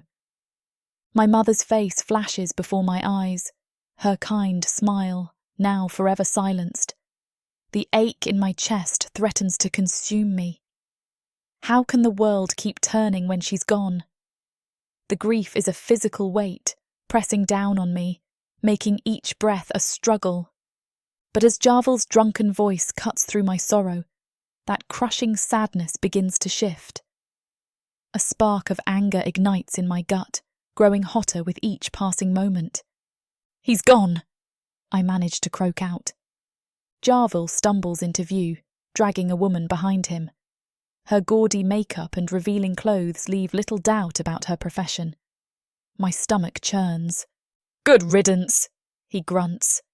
Meet your new mother. The woman giggles again, clearly intoxicated. Ooh, you didn't tell me you had a daughter. I stare at them in disbelief, bile rising in my throat. Are you serious? Corinne's body isn't even cold yet. Jarvel's eyes narrow dangerously. Watch your tone, girl. Your mother was nothing but a sick woman. This one's an upgrade. A memory flashes through my mind. Jarvel, years ago, his face twisted with grief and rage. She tricked me, he'd snarled, reeking of cheap ale. Your mother, she bound me with her elven magic, made me love her, and now I'm stuck with you, a constant reminder of her betrayal. I push the memory aside, bile rising in my throat. His bitterness, his cruelty, it all stems from that perceived betrayal. But it doesn't excuse what he's become. How dare you? I spit out, trembling with rage. She was 10 times the person you'll ever be. The slap comes so fast I barely see it. Pain explodes across my cheek, and I taste blood. You ungrateful little bitch, Jarvel snarls. I should have drowned you at birth. I don't wait to hear more. Tears blur my vision as I shove past them, fleeing into the night. The cool air hits my face, carrying the stench of the city, rotting garbage, unwashed bodies, and despair. I run without direction, my bare feet slapping against the cobblestones. My world has shattered, leaving nothing but jagged pieces that cut deep into my soul. Milore, I cry out into the night, my voice hoarse and desperate. Where are you? The streets echo my pleas, but no answer comes. I collapse against a grimy wall, my legs finally giving out. The adrenaline fades, leaving me hollow and lost. What am I doing? Where can I possibly go? For a moment, I consider returning home. The thought makes me physically ill. No, there's nothing left for me there. Just pain and bitter memories. As I push myself to my feet, ready to continue my aimless flight, something strange happens. My chest aches, not just from the exertion of running, but from a peculiar, inexplicable pull. It's as if an invisible thread tugs at my very core, urging me forward. Confusion mingles with curiosity. What is this feeling? Despite my exhaustion, I find myself following this mysterious sensation, letting it guide me through the labyrinthine streets. I stumble through winding alleys, barely registering the curious glances of late-night revellers. The pull grows stronger with each step, guiding me like a compass I never knew I possessed. My feet seem to move of their own accord, carrying me deeper into the maze of the city. The scent of stale ale and sweat grows stronger. I find myself in front of a run-down inn, its weathered sign creaking in the night breeze. The drunken wyvern. The magical tug becomes almost painful now, centred on this dilapidated building. Without hesitation, I push open the door. The innkeeper, a burly man with a scarred face, glares at me. "We're full up, girl. Get lost." I ignore him, scanning the dim common room. The pull leads me to a rickety staircase in the back. I bolt up the steps, my heart pounding in my ears. At the top, I pause. Which room? The invisible thread yanks me towards the last door on the left. I press my ear against the worn wood, hearing nothing but soft breathing from within. My hand trembles as I grasp the doorknob. It's unlocked. I push it open, wincing at the loud creak of rusted hinges. Moonlight spills through a grimy window, illuminating a figure sprawled across a narrow bed. Milore. His white hair gleams in the silvery light, his face peaceful in sleep. I step closer, drawn by a force I can't explain. "Milore," I whisper, reaching out to touch his shoulder. His eyes snap open, silver and piercing in the darkness. Milore sits up, startled, his silver eyes gleaming in the dim light. "What in the abyss are you doing here?" he demands, his voice a low growl. "You're not just some random dark elf, are you?" I demand, my voice shaking. Milore's lips curl into a smirk. "No, I'm not." "Then what are you?" I press, stepping closer. "Tell me the truth." He rises from the bed, his movements fluid and predatory. "You're more perceptive than I gave you credit for, little human. How did you find me?" I don't know," I stammer, suddenly aware of how bizarre this situation is. I just felt this pull, like something was guiding me here. His eyes narrow, a mix of suspicion and curiosity crossing his features. A pull? Interesting. Very interesting indeed. "Why are you here?" I ask, finding my voice. "How did you end up in this tavern?" Milore's lips curl into a wry smile. "Answer me," I insist, refusing to back down. Milore's eyes flash dangerously. "Very well. I am a demon from Galmaleth. I needed a place to regroup, to plan my next move." He pauses, studying me intently, but it seems fate had other ideas. My breath catches in my throat. A demon? Here?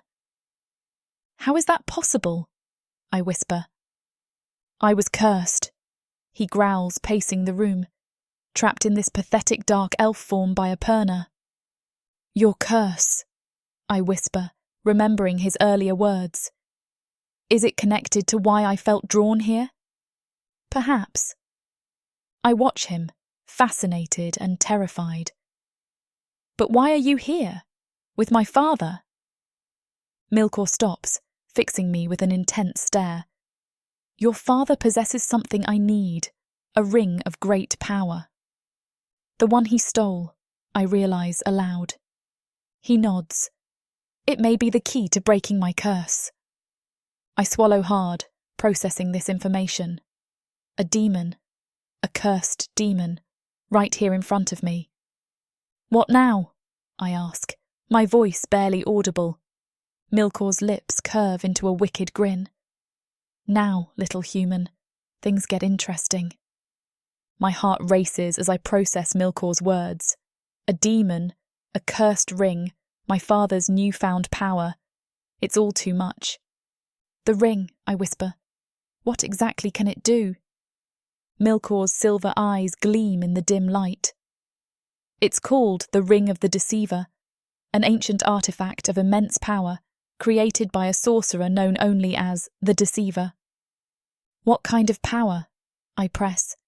"It grants the wearer the power of compulsion. Your father can now bend others to his will with mere words. Milcore's face darkens, but its power comes at a great cost. It corrupts the wearer, twisting their mind with paranoia and mistrust. Many who've worn it have met gruesome ends. A chill runs down my spine. That's how he got you to kill my mother? He nods, a hint of regret crossing his features. I had no choice. The ring's power is absolute, and now, with each passing day, your father sinks deeper into its influence. My mind races with possibilities. If such power exists. Milcore, can you make me into a demon? He laughs, a dark, rich sound that sends shivers through me. If I had my full powers, little one, I could grant your wish. But alas, I am but a shadow of my true self. Desperation claws at my chest. I need a way out, a chance at a different life. What if? What if I killed my father and gave you the ring? Could you get me out of this miserable existence? Milcore's eyes widen, a mix of surprise and intrigue dancing across his face. You'd do that? Kill your own father? I clench my fists, years of anger and resentment bubbling to the surface. He's no father to me. He's a monster who's made my life unbearable. If ending him means freedom, I'll do it gladly. A slow, wicked grin spreads across Milcore's face. Well then, little human, it seems we have ourselves a deal.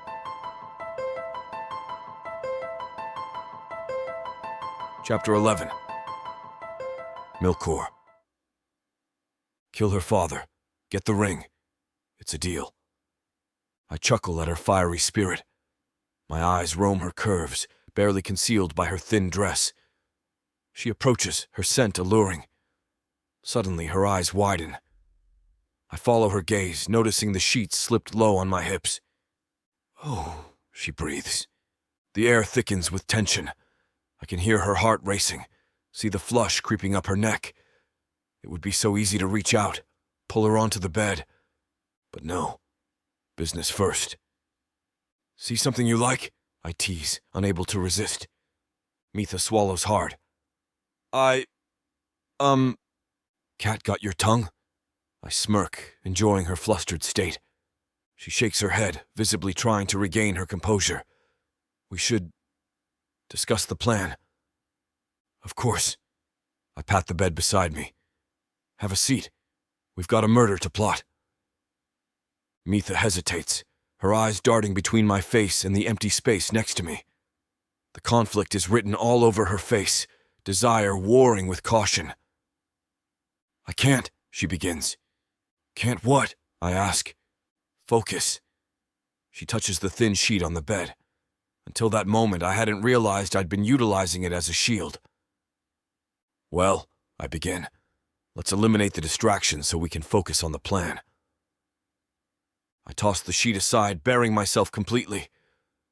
Mitha's eyes widen, her breath catching. The scent of her arousal hits me like a tidal wave. Come here, I growl, my eyes never leaving hers. Mitha hesitates, her gaze flickering between my face and my exposed body. I can see the conflict in her eyes, desire warring with caution. She starts, her voice barely above a whisper. We should be focusing on the plan. I lean forward slightly, my voice low and enticing. And we will. But tell me, Mitha, have you ever allowed yourself to truly feel? To give in to what you want? She swallows hard, her chest rising and falling rapidly. What I want doesn't matter. It never has. It matters to me, I say, my words heavy with promise. What do you want, Mitha? Her eyes meet mine, a spark of defiance igniting in their depths. I want to feel powerful, to take what I desire without fear or shame. A slow, predatory smile spreads across my face. Then take it. Show me the fire I know burns within you. Mitha takes a step forward, then another, her movements hesitant but determined. And what about you, Milcore? What do you want? I reach out, my fingers brushing against her arm, feeling her shiver at my touch. I want to unlock every secret you've kept hidden, to watch you come undone and put you back together again. Her breath catches, her pupils dilating with arousal. And the consequences? What if this changes everything? Maybe it should, I murmur, drawing her closer. Are you afraid of change, my fiery one? Mitha's lips part, her voice husky with need. No, I'm afraid of wanting something so much it consumes me. I trail my fingers up her arm, along her collarbone, feeling her pulse race beneath my touch. Then let it consume you. Let me consume you. For a heartbeat, she stands on the precipice, teetering between restraint and abandon. Then, with a soft gasp that sounds like surrender, she surges forward. Milore and Mitha are getting a little too passionate for YouTube. Head on over to worldsofprotheka.com with discount code YouTube 30 for 30% off all digital products, including this audiobook, and much more. Milore, she begins, her voice firm. We need to talk about how we're going to kill that bastard. I can't help but smirk at her fire. Eager for patricide, are we? After what he did. Mitha's hand unconsciously touches her cheek where Jarvel had slapped her. I'd kill him with my bare hands if I could. I run a hand through her silky hair, considering our options. Tell me about your father's habits. When is he most vulnerable? Mitha snorts, contempt clear in her voice. Jarvel. Vulnerable all the damn time. He's a fool who thinks he's clever. Spends most of his time drinking away his stolen coin or bragging about his latest score to anyone who'll listen. And the ring? I press. Where does he keep it? She bit her lip, brow furrowing in concentration. In a locked chest in his room. He thinks it's some fancy trinket he can sell for a good price. Idiot has no idea what he's got. I sit up, pulling her with me. Does he have any sort of protection on the chest? Wards, traps? Mitha laughs, the sound bitter and mocking. Jarvel? Use magic? He can barely tie his own boots. No, he just uses a big, clunky lock. Thinks that's enough to keep his treasures safe. Well, that certainly simplifies things, I muse, a grin spreading across my face. Any guards we need to worry about? Just a couple of drunken fools he calls friends, Mitha scoffs. They're more likely to pass out than put up a fight. I cup her face in my hands, my thumbs stroking her cheeks. You're sure about this, Mitha? Once we start, there's no turning back. Her eyes harden, resolve etched in every line of her face. I've never been more sure of anything in my life. That man doesn't deserve to breathe another day. Good, I purr, pulling her close. Because I have plans for us, my fiery one. Plans that require that ring. Curiosity flickers in her eyes. What kind of plans? What can this ring do? I pause, weighing how much to reveal. The ring of the deceiver is no ordinary trinket. It has the power to bend minds, to shape reality itself. With it we could rule Protheka. Rule? Mitha gasps, her eyes widening. I never thought... Think about it, I urge, my voice low and persuasive. No more cowering in fear of men like your father. You could be a queen, Mitha.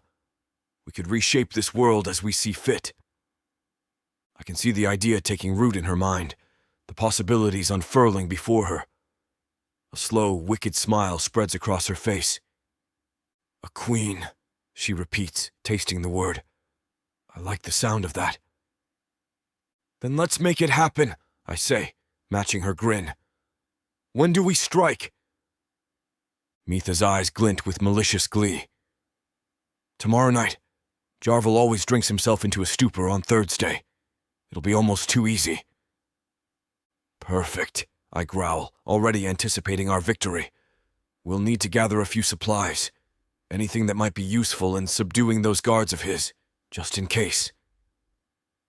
She nods, her mind clearly already racing with plans. I know just the thing. There's a potent sleeping draft I can get my hands on. They'll be out cold before they know what hit them. Clever girl, I praise, watching her preen under my approval. And after, what becomes of us? Mitha's gaze meets mine, fierce and unyielding. We take what's ours, starting with that ring, and ending with all of Protheka at our feet. I pull her in for a searing kiss, reveling in her passion, her darkness. I knew there was a reason I chose you, my queen.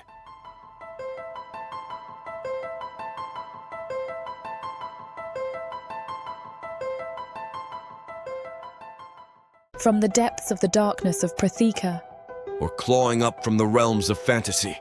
come the most fearsome beasts you have ever seen. These monsters are done watching from the shadows. Now, as they step into the light, something unexpected grips them. Something even they can't fight off.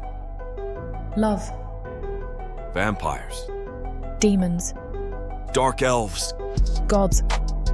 minotaurs, creatures of light and dark. They will protect their mates. Do whatever needs to be done. Morally grey heroes who will burn the world to protect the women who love them. 10 audiobooks, Fall into over 60 hours of fantasy romance. 20 ebooks, Over 1 million words of these brutes who will protect their women. even if they might destroy themselves in the process. Get the immersive Protheka fantasy romance bundle. For 80% off, right now, dive into Protheka at a once-in-a-lifetime discount. The first bundle to offer both ebooks and audiobooks on worldsofprotheka.com. Protheka's magic is eternal, and this romantasy bundle will make it endless.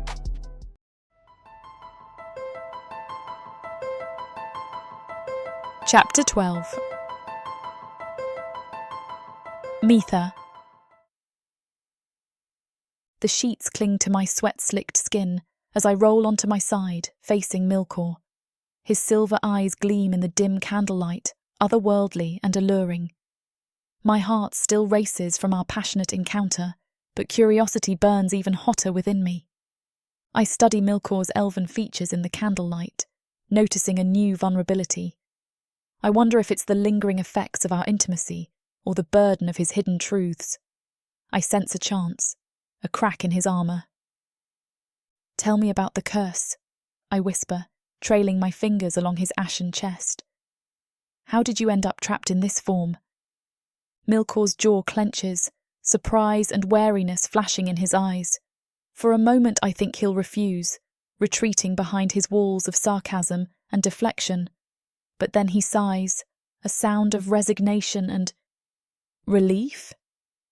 "It's not a pleasant tale," he warns, his voice rougher than usual. I hold his gaze, silently urging him to continue. He searches my face, as if looking for something, judgment perhaps, or fear. Finding neither, he seems to come to a decision. "I suppose you deserve to know," he mutters, more to himself than to me. "If you're foolish enough to align yourself with me, you should understand what you're getting into." "I can handle it," I assure him. "Please?" Milore's eyes darken, a storm brewing in their silver depths. He takes a deep breath, his chest rising and falling beneath my fingertips. "I was hunting," he says, his voice low and rough. "A human woman caught my attention. She smelled different, enticing." A shiver runs down my spine, but I don't pull away. "What happened?" "I followed her. She was on her way to work, oblivious to my presence." His lips curl into a predatory smile. "When she turned down an empty alley, I struck." My breath catches in my throat. I should be horrified, but something in his voice, in the way his muscles tense beneath my touch, sends a thrill through me. "Did she fight back?" I whisper. Milore chuckles darkly. "She tried, but she was no match for me." I tore into her flesh, savouring her screams, her terror. I swallow hard, my mouth suddenly dry. And then? "I killed her," he says simply, no hint of remorse in his tone. "Her life force was exquisite. I felt no guilt, no shame. It's my nature, after all. My mind reels. I should be horrified by Milore's cold admission of murder. Instead, I feel a twisted fascination. Is it his unapologetic rawness, or something darker within me responding to his primal nature? I swallow hard, trying to reconcile the conflicting emotions swirling inside me. Attraction, fear, and a disturbing hint of excitement. His words should repulse me, but instead, I find myself pressing closer, drawn to the darkness within him. What went wrong? A Perna appeared. Milore growls, anger flashing in his eyes. A Perna? I gasp, my eyes widening. I've only heard stories about them. They're supposed to be myth. Milore's lips twist into a bitter smile. Oh, they're real, and far more powerful than I'd imagined. What exactly are Perna? I ask, curiosity overriding my fear. I've only heard whispers, old tales told to scare children. Milore's lip curls in disgust. They're guardians of a sort, ancient beings that fancy themselves protectors of the mortal realms. They draw their power from the very essence of creation, making them formidable opponents, even for demons like myself. But why are they considered myths? Because they prefer to work from the shadows, he explains, his voice dripping with contempt. They rarely show themselves, instead manipulating events from afar. It's easier to dismiss them as legends when no one's ever seen one in the flesh. I frown, processing this new information. So they're like cosmic police. Milore barks out a harsh laugh. More like self-righteous meddlers. They impose their idea of balance on the universe, regardless of the consequences. His fingers trace idle patterns on my skin, sending shivers down my spine. I nestle closer, eager to hear more. What did the Perna do to you? Milore's grip on me tightens, his nails digging into my flesh. I bite back a moan, relishing the pain. She bound my essence, he spits out, trapped me in this weak elven form. I run my hand along his arm, feeling the lean muscle beneath his ashen skin. Weak? You seem pretty strong to me. He snorts. This body is nothing compared to my true form. I was a being of pure power, of primal hunger. Now I'm stuck in this pretty shell. The disgust in his voice is palpable. I press a gentle kiss to his chest, tasting his skin. Milore's self-loathing radiates from him like a dark aura. I can almost taste the bitterness on my tongue. His silver eyes, once alluring, now seem hollow and haunted. This body, he snarls, gesturing at himself with disgust. It's a prison. Every moment, I'm reminded of what I've lost. I trace the lines of his face, trying to understand. But you're still powerful. You killed my mother without breaking a sweat. He laughs, a harsh, grating sound. A parlour trick compared to what I once was. I used to devour souls, revel in chaos. Now? He flexes his fingers, staring at them as if they've betrayed him. I'm barely more than human. The weight of his words sinks in. This curse isn't just about trapping him in a different form. It's about making him despise every fibre of his being. You hate yourself, I whisper, the realisation hitting me like a punch to the gut. Milore's eyes snap to mine, blazing with fury. Hate doesn't begin to cover it. Every breath in this form is agony, every reflection a mockery of what I once was. What was it like? I ask, my voice barely above a whisper. Before the curse, I mean. Milore's eyes grow distant, a mix of longing and rage flickering across his face. I was magnificent, he says, his voice low and intense. I could tear through the fabric of reality, travel between worlds on a whim. My very presence inspired terror in lesser beings.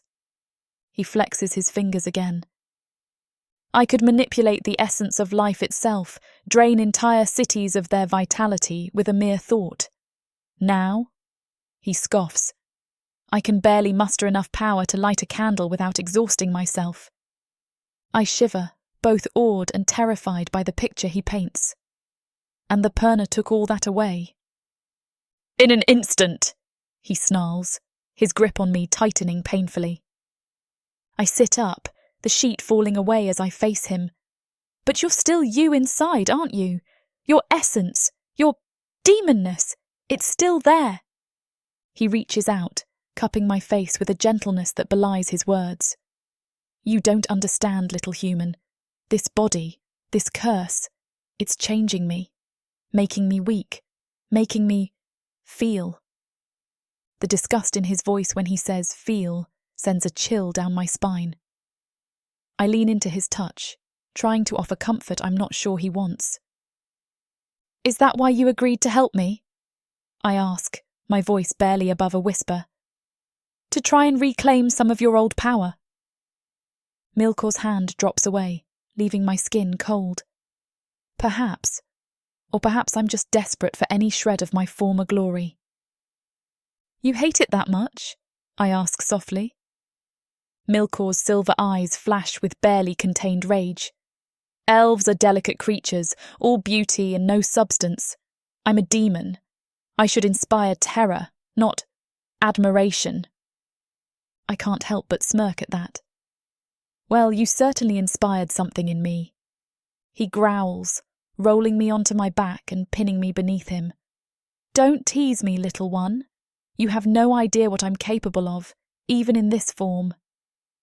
My heart races, a delicious mix of fear and excitement coursing through my veins. Then show me, I breathe. Milore's weight presses me into the mattress, his silver eyes burning with an intensity that steals my breath. In this moment, I see beyond the elf-like exterior to the primal force trapped within. My body responds, a rush of heat flooding through me. Keep me, he snarls, his fingers digging into my hips. As if you could contain me, little human. But there's a flicker of something in his gaze. Uncertainty? Hope? Whatever it is, it fuels my determination. Watch me, I challenge, arching against him. His laugh is dark, dangerous. You have no idea what you're getting into. Then teach me, I breathe, trailing my fingers down his chest. Show me your world, Milore. Let me see the demon beneath this pretty shell. He freezes, searching my face. You can't possibly mean that. I do, I insist, meeting his gaze without flinching. I want all of you, the darkness, the hunger, everything. Milore's grip tightens, almost painful. Be careful what you wish for, little one. I might just devour you whole. A thrill runs through me at his words. Promise?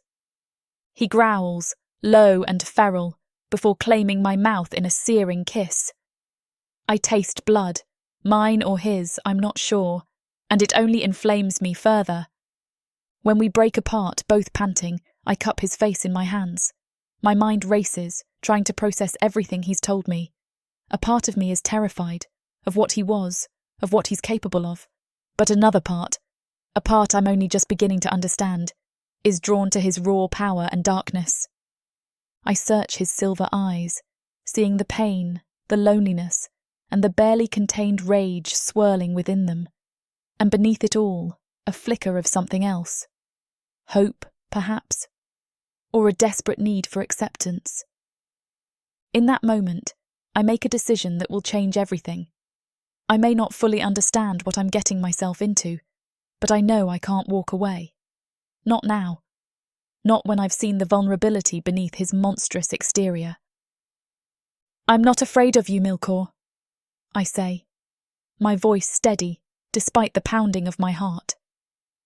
And I've decided I will keep you. Something shifts in his expression, a mixture of disbelief and wonder.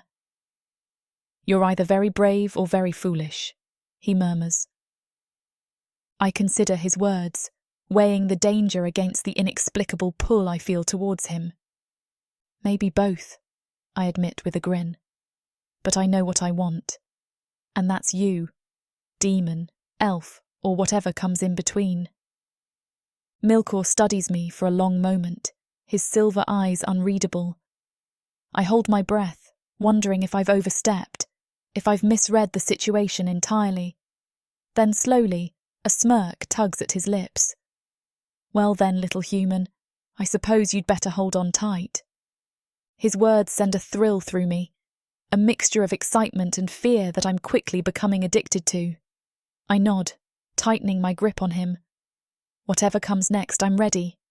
Or at least I hope I am.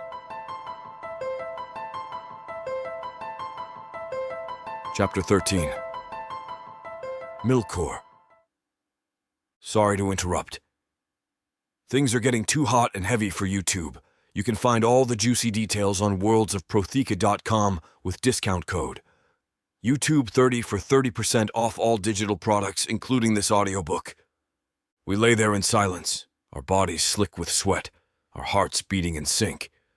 The bond between us is undeniable, a tangible thing that wraps around us like a cocoon. Mitha's fingers continue their exploration of my chest, her touch light and soothing. I can feel the exhaustion creeping in, the events of the day finally catching up with me. Stay with me, I murmur, my voice barely above a whisper. I'm not sure if I'm asking her to stay in this room, or in my life. Either way, the answer is the same. She tilts her head up to look at me, her dark eyes shining with a resolve that takes my breath away.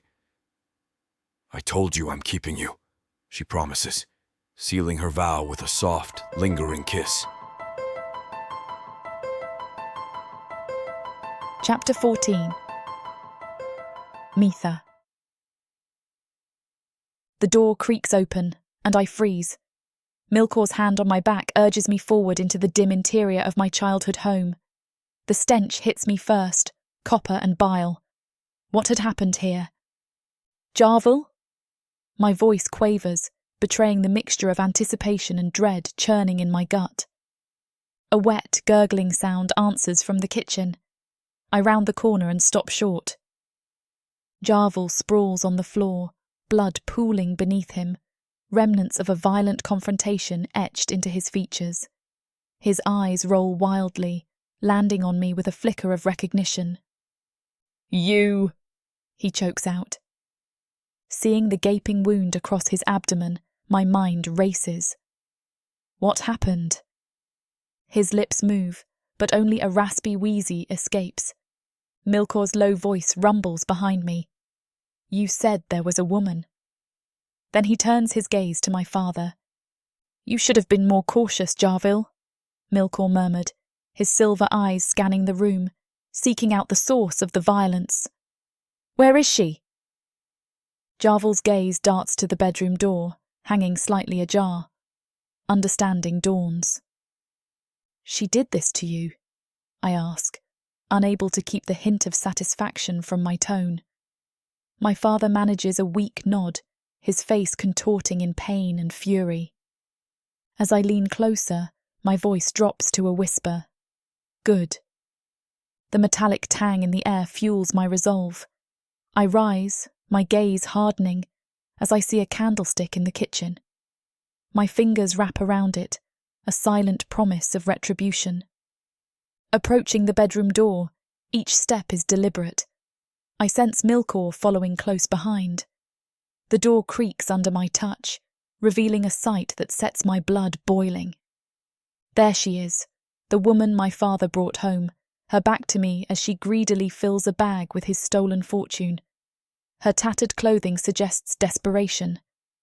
Desperation often turns people into monsters, doesn't it? She's oblivious to my presence, too consumed by her own greed to sense the danger lurking behind her. Time seems to slow as I watch her, my grip tightening on the candlestick. My heartbeat thunders in my ears, drowning out everything but the sound of coins clinking against each other. Each clink is like a hammer blow to my resolve, reminding me of every moment of suffering, every bruise, every hungry night.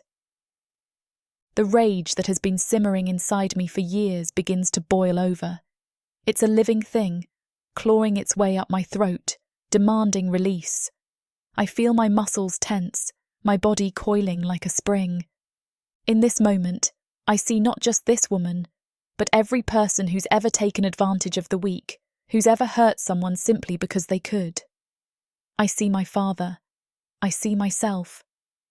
The candlestick feels heavier in my hand, its weight a promise of retribution, of justice long denied. My breath comes in short, sharp gasps as I take a step forward, then another. I grip the candlestick tighter, rage simmering within. "Goddamn thieves!" I hiss.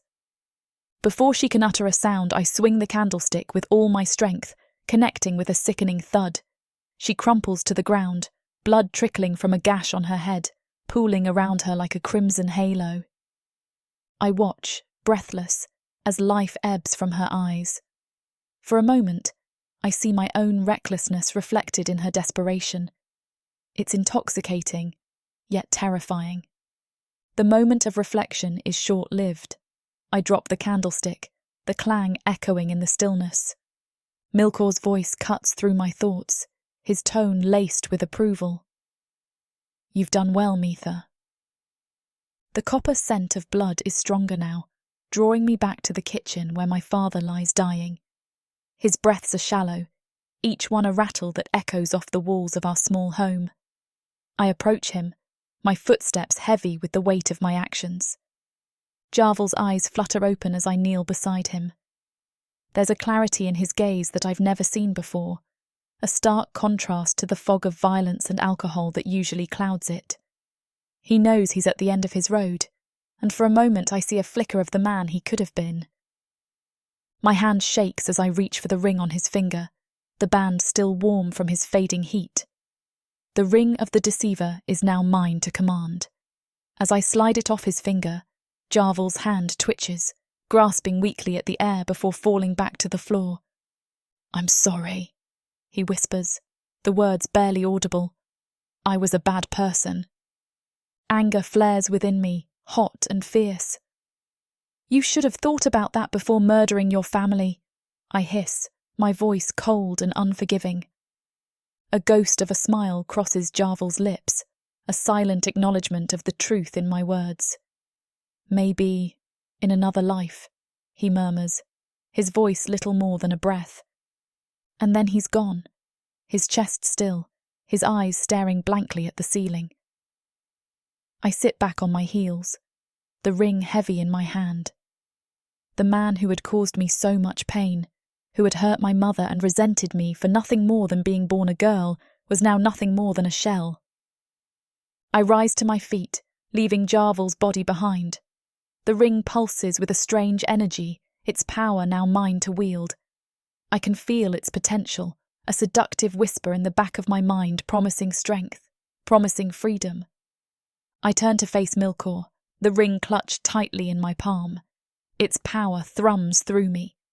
Milore's eyes lock onto my closed fist, his gaze hungry and intense. The ring continues to pulse against my skin, its rhythm matching my racing heart. Each beat seems to whisper promises of power, of a future where I'm no longer at the mercy of others. I can almost see it, a world where I'm strong, where I'm free. But with that vision comes doubt. Can I trust this power? Can I trust myself with it? The weight of my recent actions presses down on me, the memory of violence still fresh in my mind. "It's done," I say, my voice barely above a whisper. Milore nods, his silver eyes never leaving my hand. "You've taken your first step into a larger world, Mitha." His voice is low, almost reverent. "How does it feel?" I pause, considering. I don't know. Powerful, terrified, alive. A smile plays at the corners of Milore's mouth. "Good. Those feelings will serve you well." He takes a step closer, his hand outstretched. "Now, as we agreed." I look at Milore, his outstretched hand a silent demand. In his eyes, I see a hunger that mirrors the one I feel growing inside me. It's a stark reminder that in this world, alliances are as fragile as trust. The ring seems to grow warmer in my hand, as if sensing my indecision. Its power calls to me, a siren song of strength and independence. But is it truly mine to claim? Or am I just exchanging one form of control for another? My fingers twitch, almost of their own accord. I could give it to him, fulfill our agreement. It would be noble. But the thought of relinquishing this power, this chance at true freedom, makes something deep inside me rebel. "Mitha," Milore says, his tone a mixture of warning and encouragement. "After everything we've been through, everything I've done for you, you understand the importance of this, don't you?" In this moment, standing amidst the aftermath of death and betrayal, I realise that I'm at a crossroads. The path I choose now will define not just my future, but who I am at my core. Am I still Mitha, the scared, powerless girl I've always been? Or am I ready to become something more, something stronger? The seconds stretch like hours as I wrestle with my decision. Finally, I take a deep breath, steeling myself for what's to come. "Give me the ring, Mitha," Milore says, his voice low and commanding. He extends his hand, palm up, expectant. My heart races. This is the moment of truth. We had an agreement, didn't we? But the weight of the ring in my hand, the pulse of its magic, it calls to me. No.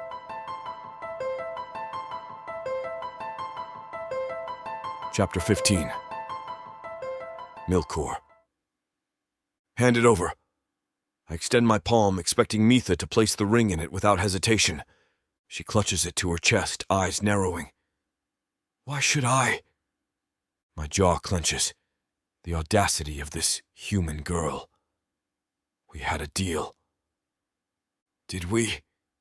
Mitha's lips curl into a smirk. "I recall agreeing to give you the ring if you helped me kill Jarvel." "Which I did." She laughs, the sound grating on my nerves. "Really? Because from where I'm standing, you didn't lift a finger. My dear old dad got himself killed all on his own." My nostrils flare as I struggle to contain my rage. She's right, of course, but I'll be damned if I let her outsmart me. "I protected you, guided you here. Without me, you'd still be cowering under your father's fist." Mitha's eyes flash dangerously. "I was never cowering." "Give me the ring," I growl, taking a step closer. She doesn't flinch. "Make me." The air crackles with tension. I could snatch it from her easily enough, but something holds me back. Perhaps it's the defiant tilt of her chin, or the way her eyes dance with challenge. "You're playing a dangerous game, little girl." "I'm not playing anything." She slips the ring into her bosom. "This is mine now." "Besides," Mitha begins, "you'd probably abandon me as soon as I hand the ring over to you." "You don't understand the power you're toying with," I growl, frustration evident in my voice. Mitha's eyes narrow, a hint of curiosity breaking through her defiant facade. "Then explain it to me. Why can't you just take it?" I grit my teeth, hating to admit my limitations. The ring, it chooses its wearer. Once it has, it can't be removed by force. Not by me, not by anyone. "It's not just a trinket," I continue, struggling to find the right words. "That ring holds power beyond your comprehension. In the right hands." "Your hands, you mean?" Mitha interrupts, a sardonic smile playing on her lips. I bite back a snarl. "Yes, my hands. I could use it to break this cursed form, to become what I truly am." Her eyes widen slightly, a flicker of interest. "And what exactly are you, Milore? Beyond the facade of a dark elf?"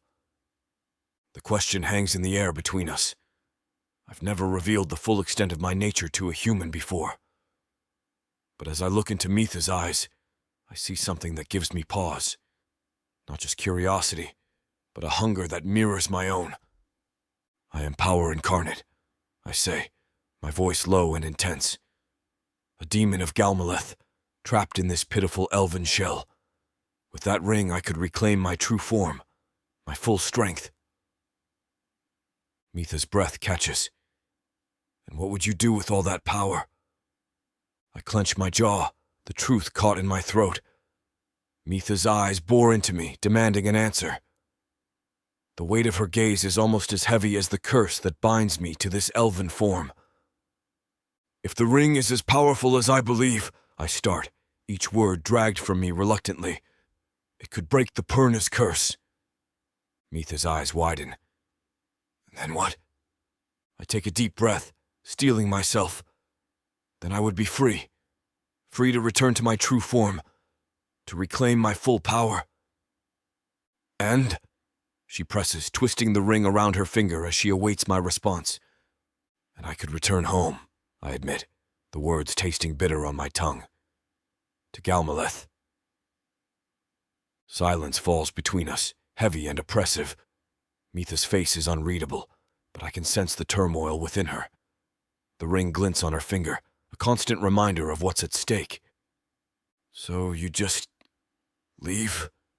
Her voice is quiet, but there's an edge to it that cuts through me. I want to lie, to tell her what she wants to hear. But something about this human girl demands honesty. I don't know, I confess. I've been trapped in this form for so long, My words trail off. The truth is, I haven't allowed myself to think beyond breaking the curse. The possibility of returning home had seemed so distant, so impossible that I'd never considered what it would mean to leave this realm, to leave her. Mitha takes a step closer, her free hand reaching out to touch my arm. The contact sends a jolt through me, a reminder of the connection we forged. And what about me? She asks, her voice barely above a whisper. What happens to me if you go? I stand frozen, the weight of Mitha's question pressing down on me like a physical force. Words fail me, caught in my throat as I struggle to formulate a response. How can I answer when I don't even know the truth myself? Mitha's eyes search mine, desperate for reassurance. But my silence speaks volumes. Her face falls, disappointment etching itself into every line. I knew it, she says, her voice barely above a whisper. You're going to leave me behind. The accusation stings more than I care to admit. I want to protest, to deny her words, but the truth is, I can't. The lure of freedom, of reclaiming my true form, is too strong to ignore. Mitha takes a step back, wrapping her arms around herself. I was right all along, wasn't I? She says, a bitter smile twisting her lips. The moment you get that ring, the second you have a taste of freedom, you'll be gone. I clench my fists, frustration boiling within me. It's not that simple, I growl, but even to my own ears the words sound hollow.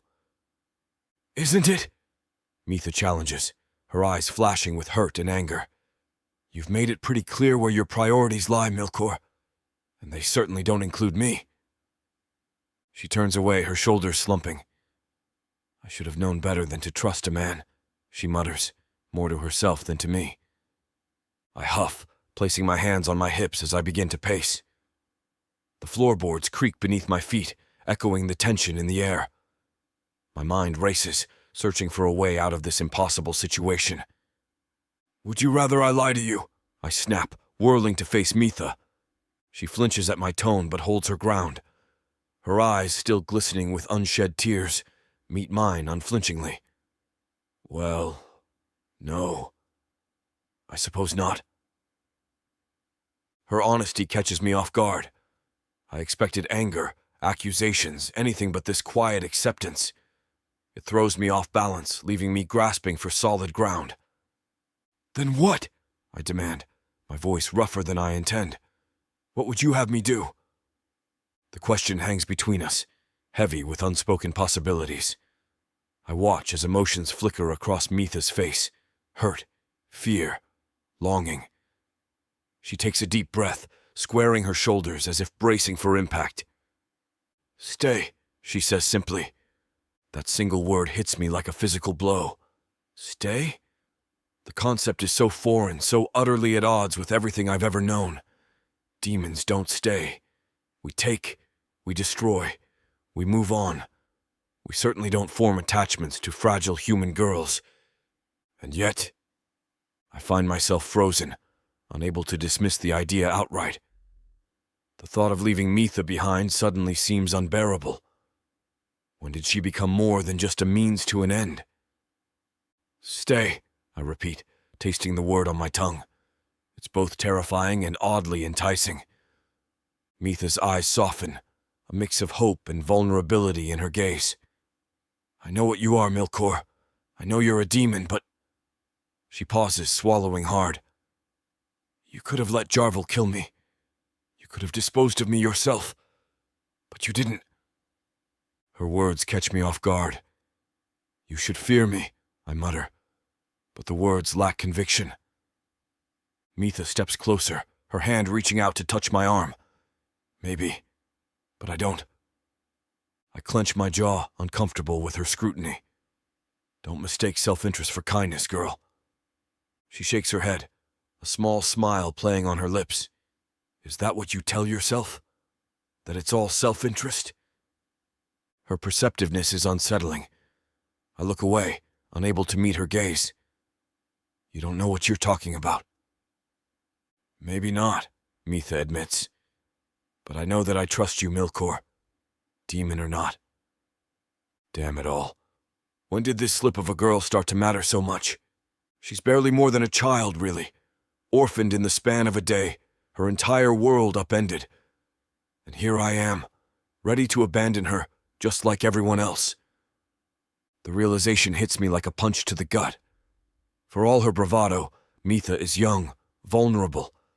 She's putting on a brave face, but beneath that defiant exterior is a scared girl who's lost everything. I run a hand through my hair, frustration warring with an unfamiliar sense of responsibility. Is that what this strange feeling is? You can't even cook a proper meal, I grumble, more to myself than to her. How do you expect to survive on your own? Mitha's lips twitch, a hint of a smile breaking through her worried expression. I'm a quick learner. I snort. Quick enough to navigate the dangers of Protheka without getting yourself killed? She lifts her chin. I've made it this far, haven't I? Her stubbornness is infuriating and oddly endearing. I feel my resolve crumbling. I clench my jaw, a low growl rumbling in my chest. The clash of desires within me is maddening, the primal urge for freedom warring against this inexplicable pull towards the girl. Centuries of single-minded focus, all threatened by a pair of defiant human eyes. The hunger for power still burns in my veins, a constant reminder of what I truly am. But now, entangled with it is a new, unsettling desire, not just to possess, but to protect. Mitha stands before me, chin lifted, a mix of challenge and vulnerability in her gaze. In her, I see a reflection of my own relentless drive, my own refusal to yield. It's intoxicating. I bare my teeth in a feral grin. Perhaps I don't have to choose. Perhaps I can have it all. Power, freedom, and this infuriating, captivating girl. With a deep sigh that's more growl than breath, I shake my head. Fine. I'll stay. For now. Mitha's face lights up, a brilliant smile spreading across her features. Before I can react, she lets out a squeal of victory and throws her arms around me. I stiffen at the unexpected contact, unused to such displays of affection. But slowly, deliberately, I wrap my arms around her, pulling her against my chest. My grip is firm, possessive. A clear message. She's mine now, to protect and to control. Don't think this means you can do whatever you want, I growl into her ear, my voice low and rough. You're under my protection now, and that means you follow my rules. Understood? I feel her shiver against me, whether from fear or excitement, I can't tell. And frankly, I don't care. All that matters is that she's here, in my arms, where I can keep her safe and keep an eye on that damned ring. Understood, Mitha whispers, her breath warm against my neck. I allow myself a smirk. Good. Let the games begin. Chapter 16. Mitha. The knife slices through the vegetables with a satisfying crunch. I can't help but smile as I prepare dinner, the familiar routine oddly comforting after the chaos of the past few days. "Hope you like stew," I call out, knowing Milore can hear me even as he works outside. No response comes, but I don't mind. He's busy with messier tasks. I hum softly to myself as I toss the chopped carrots and potatoes into the pot. The aroma of simmering meat and herbs fills the small kitchen. It's almost normal. Is this what it's like? I muse aloud. Having a home, cooking for someone? The irony isn't lost on me. Here I am, playing house while Milore disposes of my Jarvel's body. And that woman, the damn thief. An ironic end for Jarvel, I suppose. But the domesticity of it all feels strangely right. I stir the pot, imagining a life where this could be my everyday reality. No more fear, no more hiding bruises. Just this. Something smells good. I jump, nearly dropping the spoon. Milore stands in the doorway, a smirk playing on his lips. "Don't sneak up on me like that," I scold, but there's no real heat behind it. "Is it done?" He nods, moving closer. "It's done," I whisper, more to myself than anyone else. The finality of it hits me like a physical blow. Milore's voice comes from behind me, low and careful. "You're safe now, Mitha. No one will find them." "Dinner's almost ready. I hope you're hungry." "Starving," he purrs, and the way he looks at me makes me wonder if he's talking about food at all. I clear my throat, focusing on stirring. "Well, there's bread too, and I found some wine that Jarvel managed to miss." "How domestic," Milore teases, echoing my earlier thoughts. I laugh. Who would have thought? He comes up behind me, his presence both thrilling and comforting. "It suits you," he murmurs, his breath tickling my ear. I lean back against him just for a moment. "You think so?" He agrees, his arms encircling my waist. "Though I prefer you wild." Heat floods my cheeks, and I playfully swat at him with the wooden spoon. "Behave yourself. Sit," I say, gesturing to the rickety wooden chair. "Let me plate your dinner." Milore obeys, his silver eyes following my every move. The weight of his gaze sends shivers down my spine, but I focus on ladling the steaming stew into a bowl. "Here," I place it before him, along with a chunk of crusty bread. "Eat." As Milore digs in, I can't help but stare. Even in this elven form, he's captivating.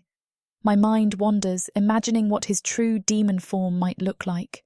Horns, wings, claws. I shake my head.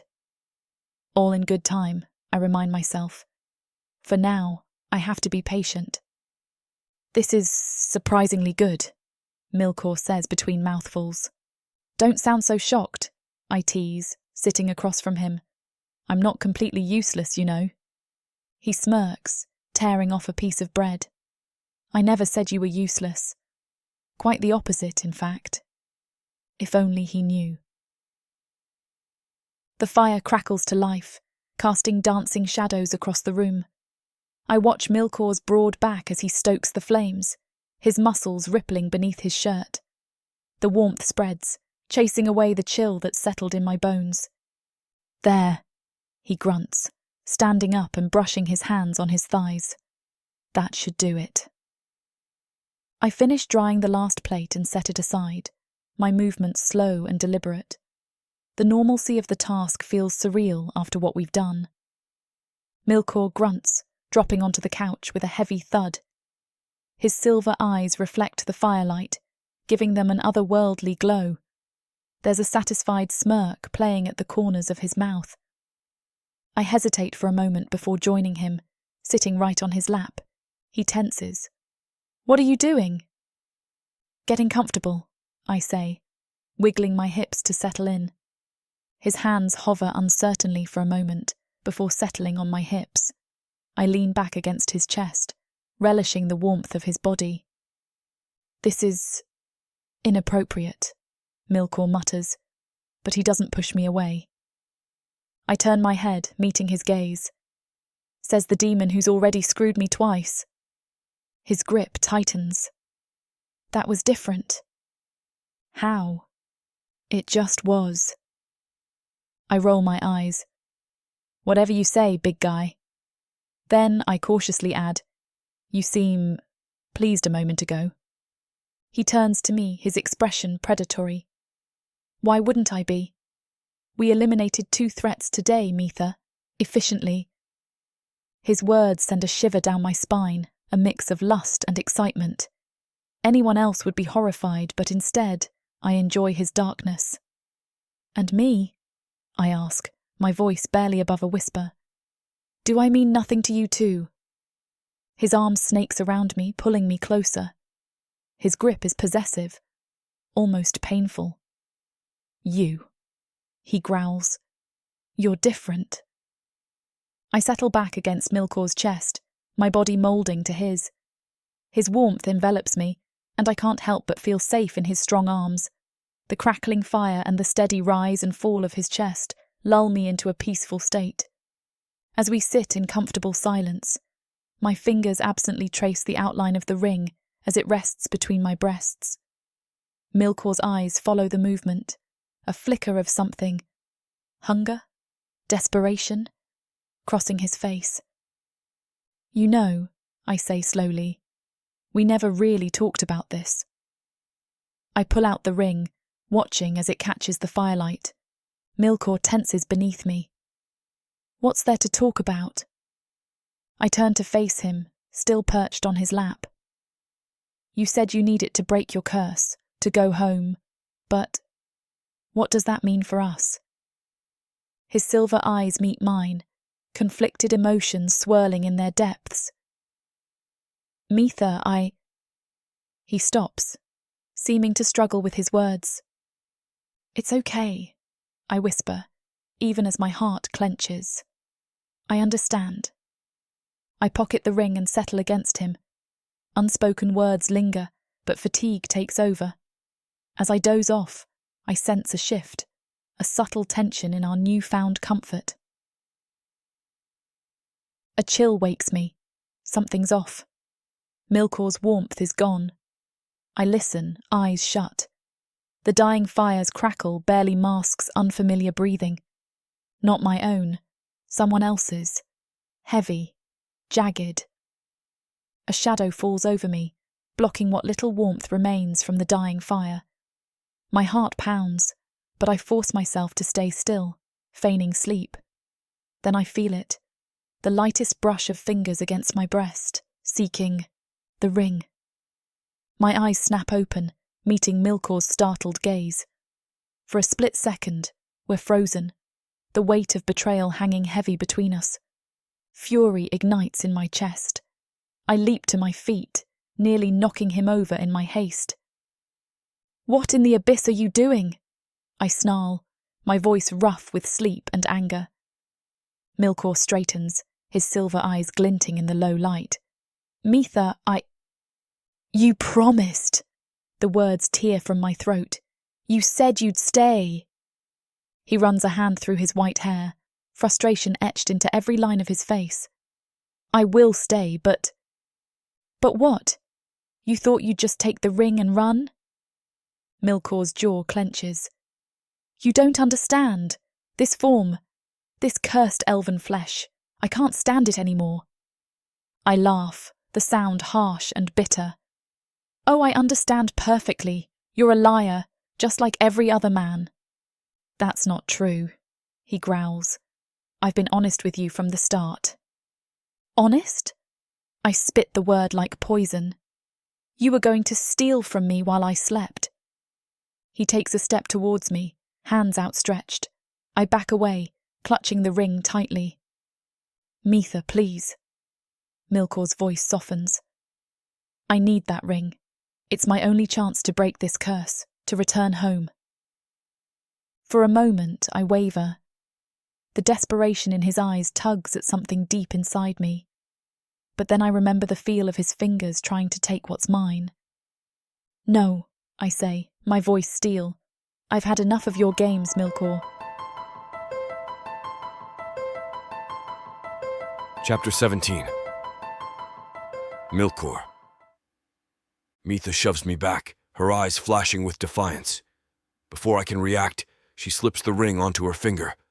Power surges through the room, a palpable force that sets my teeth on edge. The air crackles with energy, and I feel my elven form recoil instinctively. What have you done? I snarl, but my words are drowned out by the deafening hum that fills the space. Mitha's skin begins to glow, a radiant light emanating from within. Her dark eyes turn luminous, and her hair floats around her face as if suspended in water. The transformation is mesmerizing, terrifying. No, it can't be. Recognition hits me like a punch to the gut. You're a Perna, I whisper, the words tasting like ash in my mouth. Mitha smiles, and it's no longer the coy grin of a seductress. It's ancient, knowing, powerful. Surprise, she says, her voice echoing with otherworldly resonance. I take a step back, my mind reeling. How did I not sense it? How did I let myself be played by this creature? You tricked me, I growl, feeling the demon inside me strain against its elven prison. Mitha, or whatever she truly is, laughs. Oh, Milore, you were so easy to manipulate, so desperate for power, for freedom. Did you really think a simple human girl could resist you so easily? I lunge at her, my fingers itching to wrap around her throat. But she raises a hand, and I'm frozen in place, unable to move. Now, she tuts. Is that any way to treat the one who holds your fate in her hands? Rage burns through me, hot and fierce. You were such a pleasure to curse the first time. Mitha's smile widens, her eyes glowing with an otherworldly light. Though I must say, you've made quite an entertaining pet these past few days. I snarl, lunging at her again. My fingers brush her throat before an invisible force slams me back against the wall. Tisk, tisk, she chides. Still so impulsive. You haven't learned a thing, have you? Release me!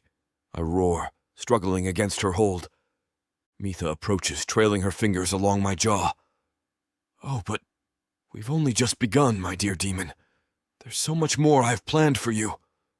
Her touch burns and I jerk away. I'll kill you for this. She laughs, the sound like tinkling bells. You're welcome to try. But first, let me show you my true home. With a wave of her hand, reality tears open beside us. A shimmering portal swirls into existence, its edges crackling with energy. After you, Mitha says, gesturing toward the portal. As we step through, the world around us dissolves into a kaleidoscope of colors and sensations.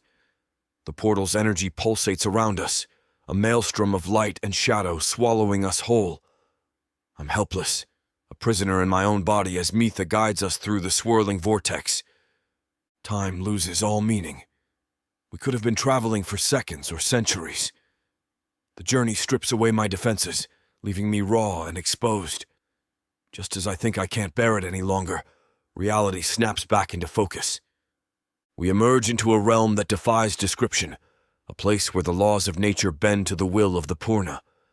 The air shimmers with magic, and the ground beneath our feet shifts like living mercury. In the distance, impossible structures float in the air, defying gravity and logic. I stagger, my elven form unaccustomed to the raw magic saturating the air. The landscape around us shifts and changes, a testament to Mitha's command over this place. Mitha's eyes glimmer with mischief. You're wondering how I fooled you for so long, aren't you? I nod grudgingly, my pride still stinging. She holds up her hand, the ring of the deceiver glinting on her finger. This little trinket isn't just for show, Milore. It's a powerful artifact that can mask even a Perna's true nature. I've been wearing it since the moment we met. I frown, recalling our encounters. But I've seen Jarvel wearing it, and I've seen you without it. Mitha laughs.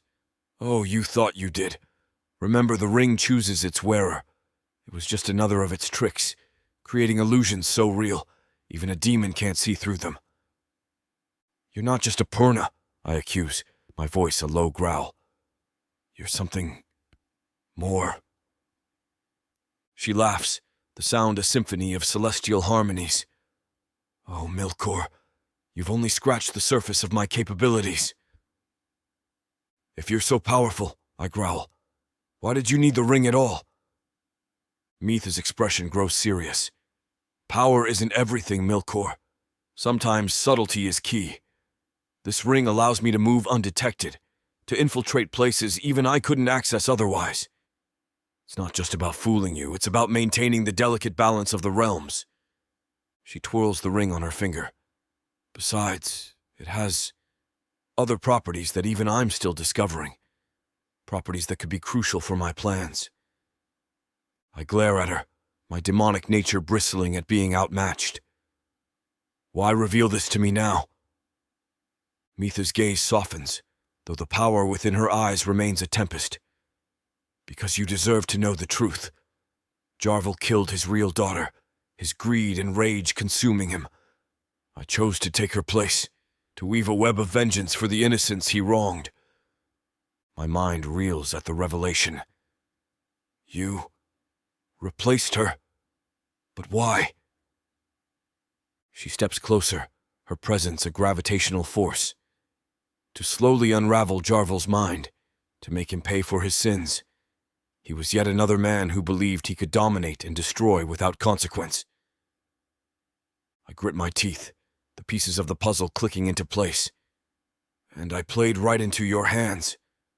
A smirk plays on her lips. Your return was unexpected, I'll admit. But you were the perfect catalyst to accelerate Jarvel's downfall.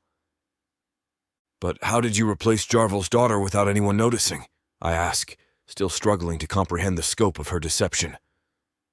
Mitha's eyes cloud with a hint of sadness. Jarvel's real daughter died when she was just a child. He was too drunk to remember what he'd done, and the poor girl's mother would have been destitute. She waves her hand, and an image appears. A small, dirty hovel on the outskirts of town. I found her body, took on her form, and simply stepped into her life. Jarvel was too far gone in his cups to notice the difference. And as she grew older, well, who would question a child growing up? The casual cruelty of it all makes my stomach churn, and no one ever suspected. Mitha shakes her head. Humans see what they expect to see, Milore. It's both their greatest weakness and their most charming quality. You used me. Mitha's expression hardens, her eyes piercing through my defenses. Yes, I did. But you also sought to use me, did you not? To regain your true form and escape this cursed existence. Her words sting because they're true. I remain silent, seething with a mixture of anger and grudging respect. My mind races, trying to process everything I've learned. How could I have been so blind? Mitha's demeanor softens slightly. Come, Milore. Let me show you something. Perhaps then you'll understand the scope of what I do. She leads me through her realm, the landscape morphing around us with each step. We pass through forests of crystalline trees, their branches tinkling like wind chimes in a non-existent breeze. I pause, mesmerized by the otherworldly beauty. How is this possible? I murmur, almost to myself. Mitha's lips curl into a satisfied smile. In this realm, reality bends to my will. Impressive, isn't it? We continue on, crossing fields of flowers that sing in ethereal voices. Their haunting melody sends shivers down my spine. As we approach a river of liquid starlight, can't help but ask, why are you showing me all this? Patience, Milore, Mitha chides gently. All will be revealed in time. After what feels like hours of traversing this impossible landscape, we finally arrive at a massive structure that seems to be made of pure, solidified shadow. Mitha places her hand on the obsidian-like surface, and a door materializes. Welcome, she says, a hint of pride in her voice, to my greatest achievement. As we step inside, I'm unprepared for the sight that greets me. My jaw drops as I take in the vast chamber before us. Rows upon rows of glass cases line the walls, each containing a different creature.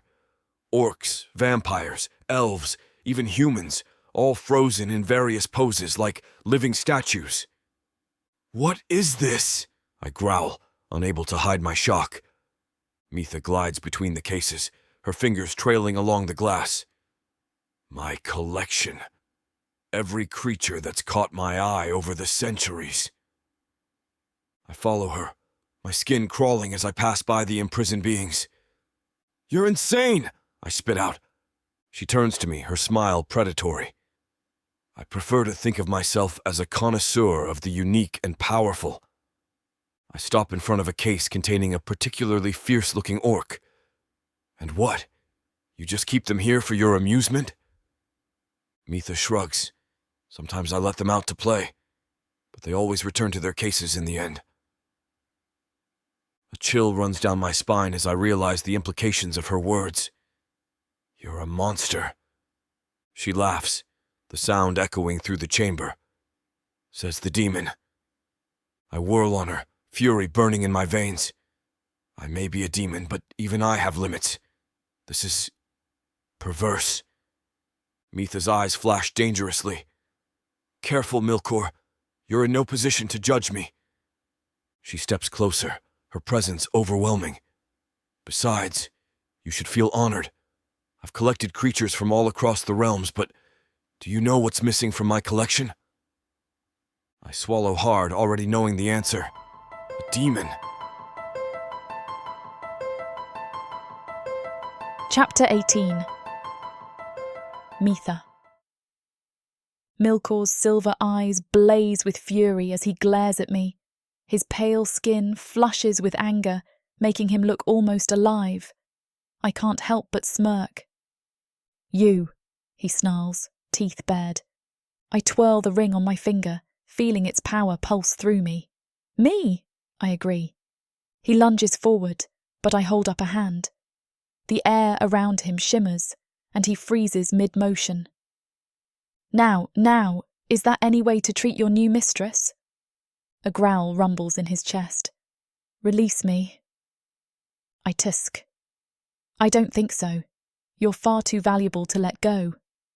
His muscles strain against my magic, but it's no use. I step closer, trailing a finger along his jaw. His skin is smooth, almost too perfect. Nothing like the rough, scarred texture I imagine his true form possesses. You know, for a dark elf, you're not quite right, I muse. Too pretty, too polished. What do you want from me? He grits out. I circle him slowly, admiring the taut lines of his body. Oh, I want many things, but mostly, I want to see you as you truly are. His eyes widen fractionally. You can't mean... I do, I purr. I want to see the demon beneath this. Pretty wrapping. I cock my head, studying Milore's tense form. His rage is palpable, crackling in the air between us. But beneath it, I sense something else. Anticipation. Longing. Come now, Milore. Isn't this what you wanted all along? My voice drips with honey-sweet venom.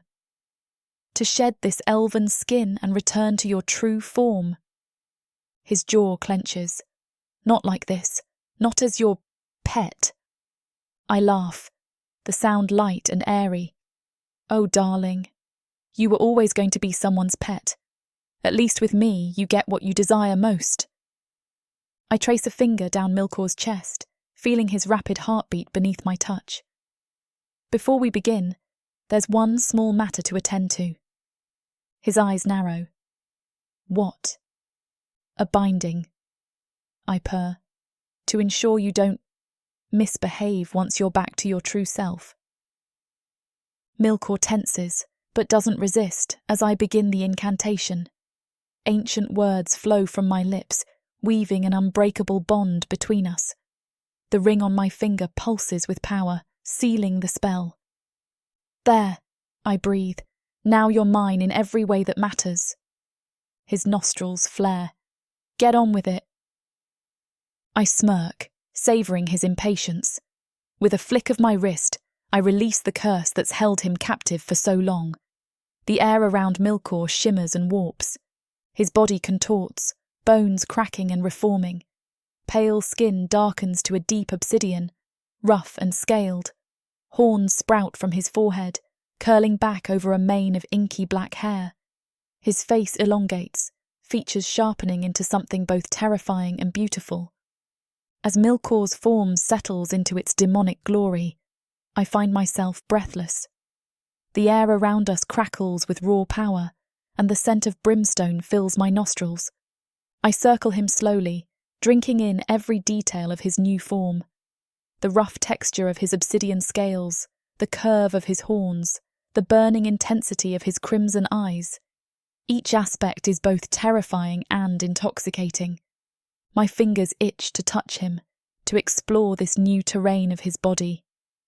The ring on my finger pulses in sync with my racing heart, reminding me of the control I now wield over this magnificent creature. You're magnificent, I breathe, allowing myself a moment of genuine admiration. I approach him, my movements slow and deliberate. My fingers trace the hard lines of his chest, the rough texture of his scales sending shivers down my spine. I can feel the heat radiating from his body, a stark contrast to the cool, polished surface of his elven disguise. Let's see how much of a demon you truly are, I murmur, my voice laced with anticipation. Sorry to interrupt again. YouTube can't handle all this heat. Head on over to worldsofprotheka.com with discount code YouTube30 to find the full version of this audiobook and much more. I collapse onto his chest, our bodies slick with sweat, our hearts pounding in unison. For a moment, we lie there, caught in the aftermath of our passion, our breaths slowly returning to normal. As the haze of pleasure begins to clear, I roll off Milore, my body still tingling from our intense encounter. The cool floor against my back is a stark contrast to the heat radiating from his demonic form beside me. For a moment, we lie there in silence, our ragged breaths the only sound in the room. Slowly, I turn my head to look at him. Milore's eyes are closed, his chest rising and falling with each deep breath. In this moment of vulnerability, I can see the conflict etched on his features, a mixture of satisfaction, anger, and something I can't quite define. I prop myself up on one elbow, studying him. The ring on my finger pulses gently, a constant reminder of the power I now hold over this formidable demon. As if sensing my gaze, Milore's eyes flutter open, meeting mine with a wary intensity. You belong to me now, I say, my voice soft but firm. The words hang in the air between us, heavy with implication. Milore's jaw clenches, a low growl rumbling in his chest, but he doesn't move, doesn't challenge my claim. Perhaps he has finally learned.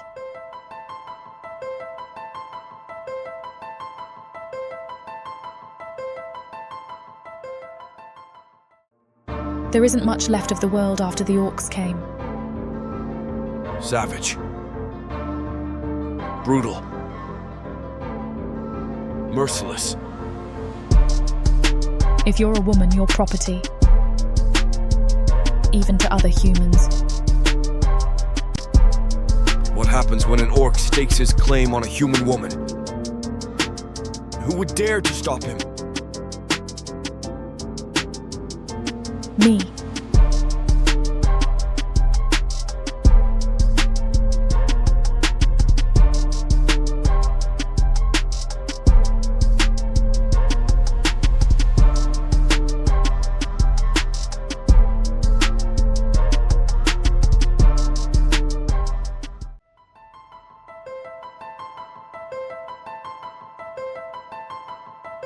Chapter 19. Milore. Ready to do something crazy? Mitha's eyes sparkle with mischief, a look I've come to both dread and desire. My demonic form towers over her, all muscle and raw power, yet she holds the true control. Do I have a choice? I growl, the words rumbling deep in my chest. She sticks out her tongue, playful and infuriating. Nope. With a flick of her wrist, an invisible force tugs at my core. I follow, because what else can I do? The little Perna has me bound tighter than any chains. We step through shimmering air, reality bending around us. The stench of sweat and cheap perfume assaults my nostrils as we burst through the doors of the velvet veil. Mitha's hand grips mine tightly, her eyes wild with excitement. The din of drunken laughter and sultry music washes over us. Welcome to Mommy Dearest's old stomping grounds, Mitha purrs, her lips curling into a wicked grin. I scan the dimly lit room, taking in the sight of scantily clad women gyrating on stages and in laps. Greasy-haired men leer at them, their meaty hands groping and pawing. The whole scene disgusts me, yet I can't look away. Why are we here? I growl, my demonic form causing several nearby patrons to shrink back in fear.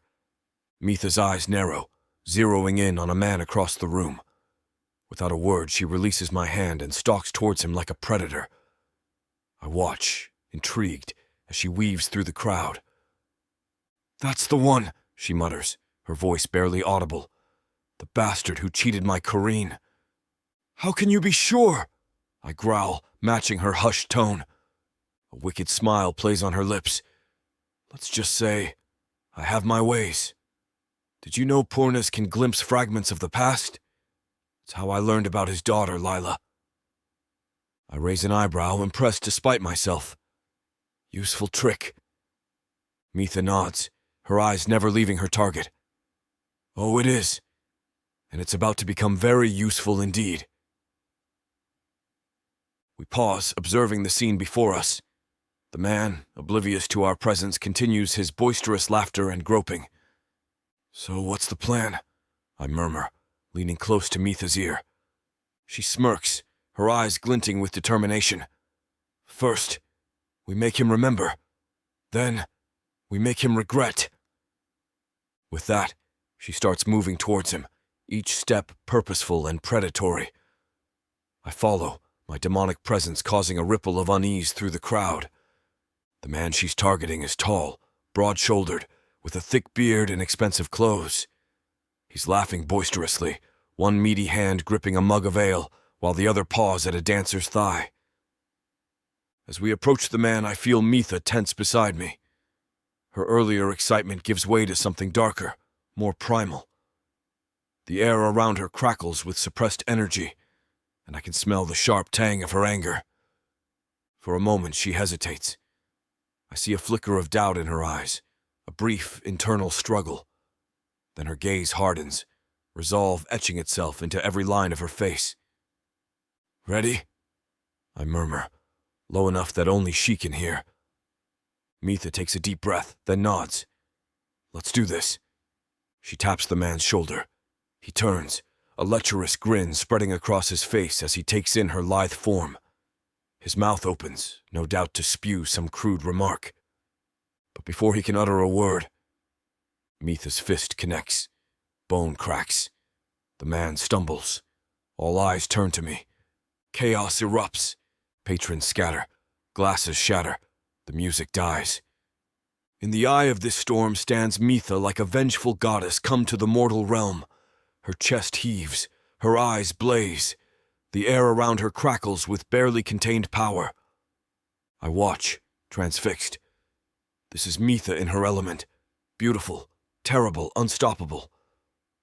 As the initial shock wears off, a chorus of confused murmurs rises from the crowd. Some patrons edge towards the exits, while others lean in, eager for the unfolding drama. Mitha towers over her victim, her voice cutting through the din like a knife. That's for Corrine, you piece of trash. The man groans, blood trickling from his split lip. Recognition dawns in his eyes, quickly followed by fear. He scrambles backward, nearly tripping over his own feet in his haste to get away. I watch as Mitha towers over the cowering man, her eyes flashing with righteous fury. The air crackles with tension, and I can smell the fear radiating off him in waves. "You thought you could get away with it, didn't you?" Mitha's voice drips with venom, cheating a desperate woman out of her hard-earned coin. The man's eyes widen, darting around the room as if searching for an escape. But there's nowhere to run. I don't know what you're talking about," he stammers. Mitha lets out a harsh laugh. "Oh, don't play dumb. I know everything. How you forced Corrine to suck you just so she could work. And for what? So you could turn around and steal it all back?" The man's face pales, then flushes with shame and anger. The pathetic wretch cowers before Mitha, his eyes darting between her and me. Sweat beads on his forehead, mingling with the blood from his split lip. The stench of his fear is intoxicating. "Please, I didn't mean... I never..." he stammers, holding up his hands in a feeble attempt to shield himself. Mitha's lip curls in disgust. "Save your breath, you miserable excuse for a man." I can't help but admire her fire, the way she commands the room, her power crackling just beneath the surface. It's arousing.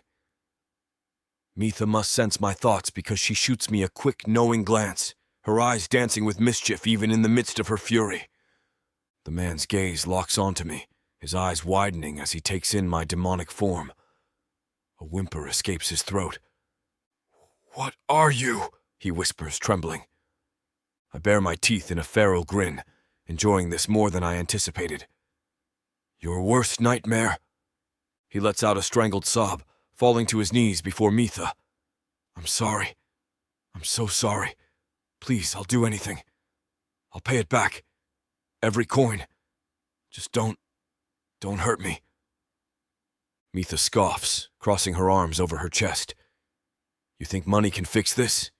You think you can buy your way out of the pain you caused?" The man continues to grovel, his words a jumbled mess of pleas and apologies. It's pathetic, really. I've seen demons with more spine. Mitha's eyes glint with malice as she towers over the sniveling man. Her lips curl into a predatory grin that sends shivers down my spine. "Oh, don't worry," she purrs, her voice dripping with false sweetness. "I'm not here to kill you. Your karma has arrived all on its own." The man's brow furrows in confusion, his trembling momentarily stilled. I can practically see the gears turning in his pitiful human brain as he tries to decipher her words. Mitha leans in close, her breath hot against his ear. "How's that pretty little daughter of yours doing? Lila, isn't it?" The effect is instantaneous. All color drains from the man's face, leaving him ashen and slack-jawed. His eyes widen in horror, darting between Mitha and me as if searching for some sign that this is all a cruel joke. "Whoa, what?" he chokes out, his voice barely above a whisper. "How do you know about Lila?" I can't help but smirk at his reaction. Whatever Mitha has planned, it's clearly hitting its mark. The fear rolling off him in waves is intoxicating, and I find myself leaning in closer, eager to catch every nuance of his terror. Mitha straightens up, her eyes never leaving the man's face. "Oh, I know all sorts of things, like how she just turned 16 last month, and how she's been sneaking out at night to meet that boy from the blacksmith shop." I watch, transfixed, as Mitha's eyes flash with an otherworldly light. The air around her shimmers and warps. A swirling vortex of energy materializes beside her, crackling with power that makes my demonic skin tingle. Without a word, Mitha steps through the portal, disappearing from view. The man on the floor lets out a strangled cry, reaching out as if to stop her, but his hand passes through empty air. Seconds stretch into an eternity. The crowd holds its breath, frozen in anticipation. I can hear the rapid heartbeats of the humans around me, smell their fear and confusion. Then, just as suddenly as she vanished, Mitha reappears. But she's not alone. Clinging to her arm is a young girl, no more than 16. Her wide eyes dart around the room, confusion and fear evident on her delicate features. She's the spitting image of her father, with the same thick, dark hair and high cheekbones. "Lila!" the man on the floor cries out, his voice cracking with desperation. The girl's head snaps towards the sound. Her eyes widen in recognition, then narrow in confusion. "Jarville!" Lila's voice wavers. What are you doing here? Why are you on the floor?" Her gaze flicks between her father's bloodied face and Mitha's triumphant smirk. Realization dawns and she shrinks back. "What's going on?" Mitha's lips curl into a predatory smile as she runs her fingers along the girl's arm. Her touch is light, almost tender, but there's an undercurrent of danger that makes my blood sing. "Such soft skin," Mitha purrs, her eyes never leaving the man's face. So young, so innocent. I can't tear my eyes away from the scene unfolding before me. The raw fear emanating from both father and daughter is intoxicating, and I find myself moving closer, drawn in by the promise of chaos and pain. Mitha's hand slides up Lila's arm, across her shoulder, and comes to rest at the base of her throat. The touch is possessive, a clear threat that has the girl's father trembling. Chapter 20. Milore. Sorry to interrupt again. If you want to listen to every tantalizing detail, go to worldsofprotheka.com with discount code YouTube30 for 30% off all digital products. Thank you for listening to Kiss of Deception. Mitha saunters over to the club owner, her hips swaying with a predator's grace, her every step a declaration of her power. The man who once held sway over this den of vice now stands before her, his face pale, his hands trembling. He has seen what she is capable of, and the fear in his eyes is as intoxicating as the finest elven wine. "You've been a very bad boy," Mitha purrs, her voice carrying across the silent room. "Stealing from your girls, forcing them to do unspeakable things for your own gain. It's time you learned what it's like to be on the other side." With a flick of her wrist, a swirl of arcane energy dances around her fingertips. The air crackles with electricity, a tangible force that makes the hair on the back of my neck stand on end. Mitha's magic is a wild thing, untamed and beautiful, a reflection of her own untamed spirit. The club owner's eyes widen in horror as Mitha places her hand on his chest, the energy pulsing brighter with each passing second. "From this day forward," she intones, her voice echoing with power, "you will walk in the shoes of those you've wronged. You will live as a woman, and perhaps then you'll learn some goddamn empathy." The transformation is swift and brutal. The man's body contorts, his muscles and bones shifting and reshaping beneath his skin. His clothes tear and rip as his frame shrinks, his broad shoulders narrowing, his rough features softening into a delicate beauty that mirrors Mitha's own.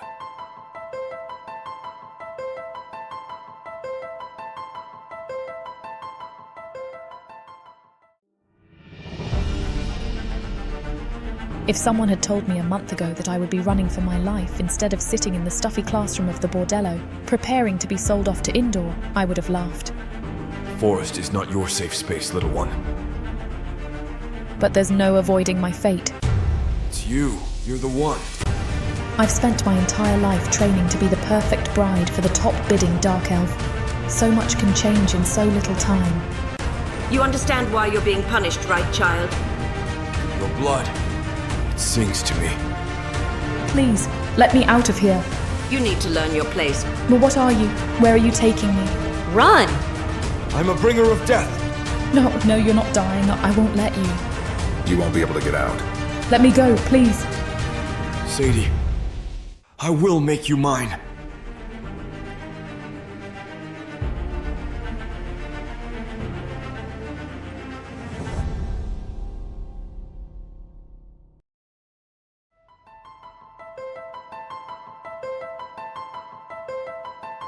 Chapter 21.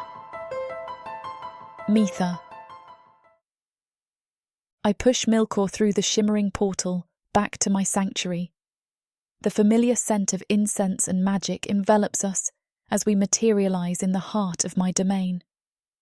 My sanctuary is a testament to both power and comfort, carved into the living rock of a hidden mountain.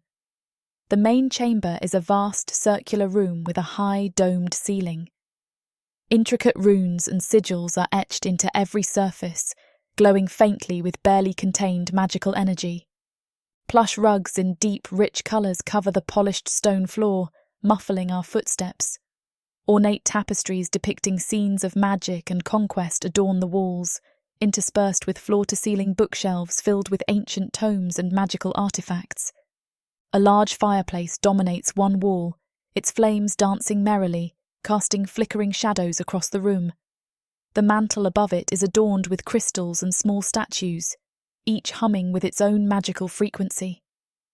Scattered throughout the room are various pieces of furniture, the velvet chaise I favour, overstuffed armchairs, and low tables perfect for studying grimoires or mixing potions. Each piece is a work of art, crafted from the finest materials and imbued with protective enchantments. In one corner, a spiral staircase of polished obsidian leads up to my private chambers and down to my workrooms and dungeons. The air thrums with the steady pulse of wards and protective spells, a constant reminder of the power that permeates every inch of this place. This sanctuary is more than just a hideaway. It's an extension of myself, a physical manifestation of my power and desires. Every object, every spell, every inch of this place has been carefully curated and created by me. It's my refuge, my fortress, and my playground all in one. I breathe in deeply, savouring the familiar scents and sensations. This is home, the only place where I can truly be myself, where I am in complete control. "Welcome home, demon," I purr, trailing my fingers along Milore's muscular arm. "Time for some truth."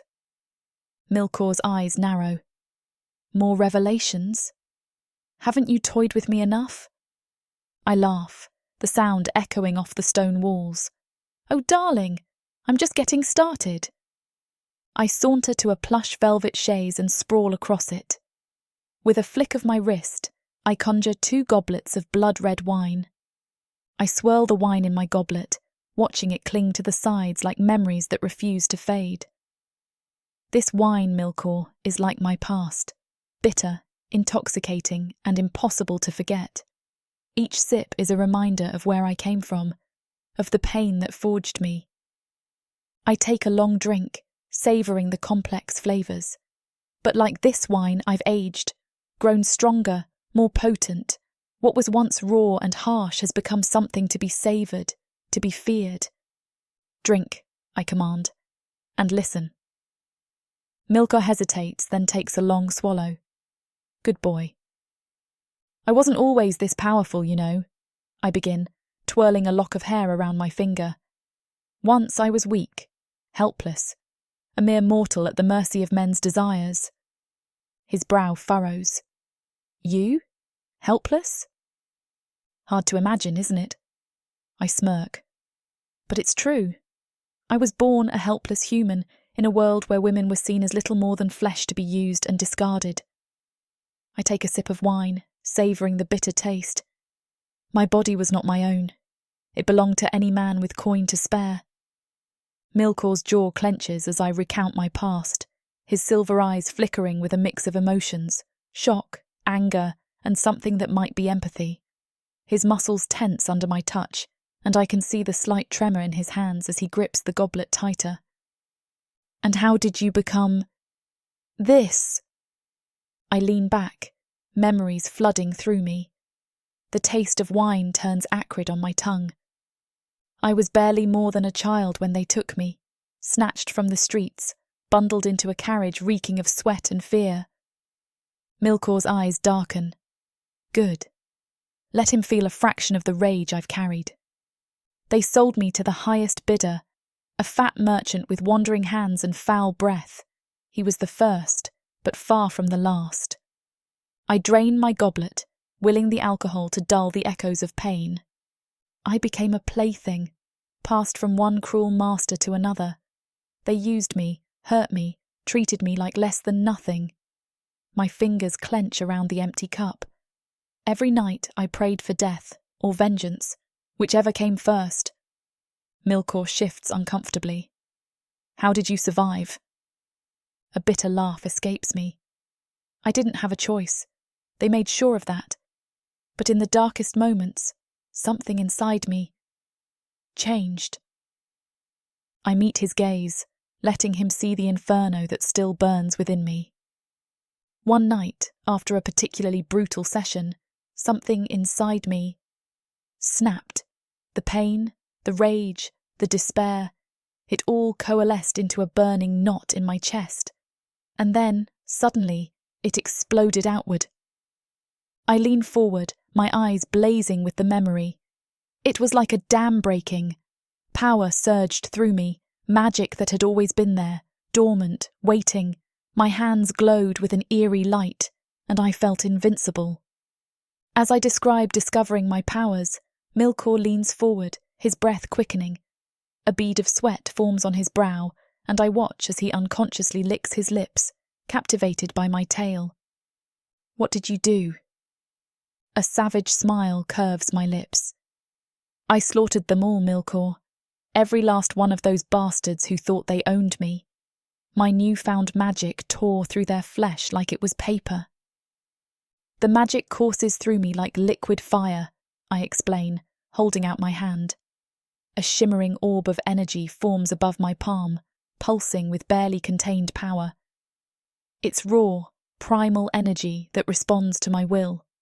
I can shape it, mould it, use it to destroy or create. I clench my fist, and the orb dissipates in a shower of sparks. It's intoxicating, Milore. The rush of power, the knowledge that I can bend reality to my whim. But it's also dangerous. The magic feeds on emotion, on desire. The stronger the feeling, the more potent the spell. I pause, relishing the memory. I didn't know what I was doing, only that I finally had the means to fight back. With each death, I felt my power growing, feeding on their fear and pain. And after? Milore asks, his voice barely above a whisper. After I stood amid the carnage, covered in blood, and I knew I would never be helpless again. That night I wasn't just discovering magic, I was discovering myself. Milore watches me, his expression a mix of awe and wariness. Good. He should be afraid. Did it fix everything? He asks quietly. I laugh, the sound harsh and bitter. Of course not. Nothing could erase what they did to me, but it was a start. I rise, pacing the room restlessly. Now I find others like them. Men and women who prey on the weak, who think they can use and discard people without consequence. My lips curl into a predatory smile. I make them regret ever being born. You see, my beautiful demon, naughty boys and girls need to be punished. Milore's eyes lock onto mine, a mix of fear and intrigue dancing in their depths. And how do you plan on punishing me? A thrill runs through me at his question. Oh, the possibilities. I saunter towards him, trailing my fingers along his chest. Punishment comes in many forms. As for your punishment, my beautiful demon, I purr, tracing a finger down his chest. I have so many delicious ideas. Perhaps I'll bind your powers, make you experience what it's like to be truly helpless. Or maybe I'll tease you to the brink of ecstasy, again and again, until you're begging for release. I lean in close, my lips brushing his ear. Or maybe, just maybe, I'll make you fall in love with me. Wouldn't that be the sweetest torture of all for a demon like you? Milore's breath catches, his body tensing at my words. His nostrils flare, but I can see the flicker of arousal in his eyes. You think you can break me? Break you? I laugh, the sound echoing off the stone walls. No, my dear, I'm going to remake you. I press my body against his, reveling in the heat radiating from his skin. I'm going to strip away every last shred of your demonic pride, make you beg for my touch, my approval. Milore's breath hitches. And then what? Then? I trace my fingers along his jaw. Then I'll build you back up, mould you into something better, my perfect little pet demon. His eyes darken with a mix of desire and defiance. You're playing a dangerous game, Perna. Oh, I know, I whisper against his lips. But that's half the fun, isn't it? Chapter 22. Milore. I trail Mitha through the maze of her secret haven into her secluded bedroom, a room many have yearned to glimpse, though only a select few have been fortunate, or cursed, enough to witness. A door within the chamber, shrouded in shadows and a seductive magenta haze that teases the edges, calls to me. Mitha leads me forward to a den of indulgence centered around a round crimson bed that throbs with its own vibrant energy. Thanks for listening to Kiss of Deception. To hear every one of these scenes in their full, dirty glory, go to worldsofprotheka.com with discount code YouTube30. Now, where were we?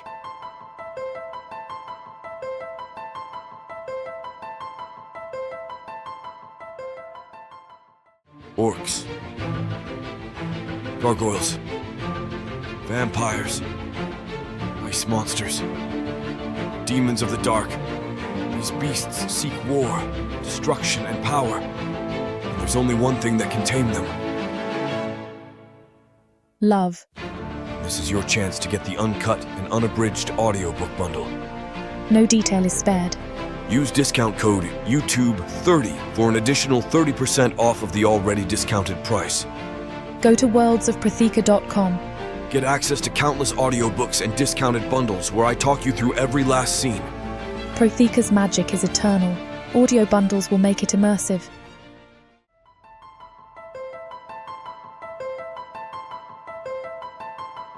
Chapter 23.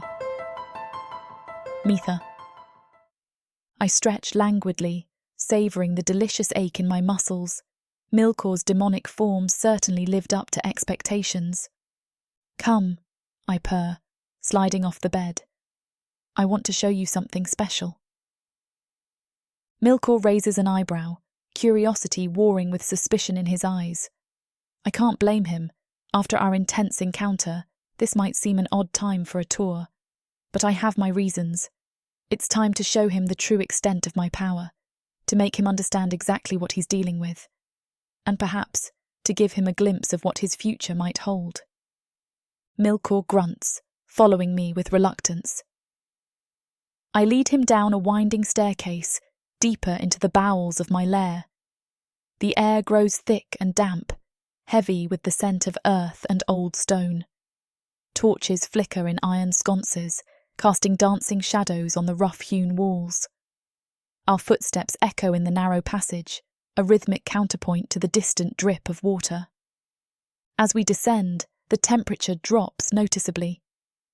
Milore's breath fogs in the air, a stark contrast to my own.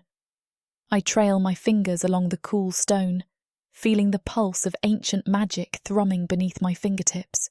This place is old, older than even I truly know, its secrets buried deep within these walls. Welcome to my collection, I announce as we reach the bottom. Why collect them? Milore asks, his voice a low growl. I smile, running my hand along the bars of the nearest cage. Power, of course. Knowledge. Each of these creatures holds secrets, abilities that I can borrow when needed. But more than that, they're a testament to my skill, my cunning. Each one a unique challenge, a puzzle to be solved. My eyes gleam in the torchlight.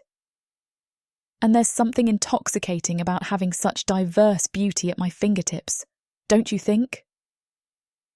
This strapping fellow is my orc, I say, gesturing to a hulking green-skinned brute. Quite the stamina on him. Found him leading a raid on a nearby village. It took some convincing, but he saw reason eventually. Next is a pale, ethereal being with pointed ears. My prized elf. So graceful, aren't they? This one was a princess, if you can believe it. She chose my dungeon over an arranged marriage. Smart girl. I pause before a cage holding a snarling beast man. Ah, my manticore. He's rather bitey. Tracked him for months before I finally caught him. Now he's as tame as a cub, most of the time. Milore's eyes narrow as we pass a vampire, his nostrils flaring at the scent of undeath. The vampire merely smiles, fangs glinting in the low light. The Naga's tank draws a different reaction. Milore approaches cautiously, studying the creature with a mix of fascination and revulsion. "How does it breathe?" he mutters, more to himself than to me. When we reach the human's cage, Milore's expression softens for a moment. Is that pity I see in his eyes? But it's gone in an instant, replaced by his usual scowl. "Even managed to snag myself a human," I add, nodding towards a man. "Bit dull, but they have their uses." Milore's brow furrows as he scans the cages. His gaze lingers on each creature, studying their placid expressions. Why aren't they trying to escape? He turns to me, suspicion etched across his demonic features.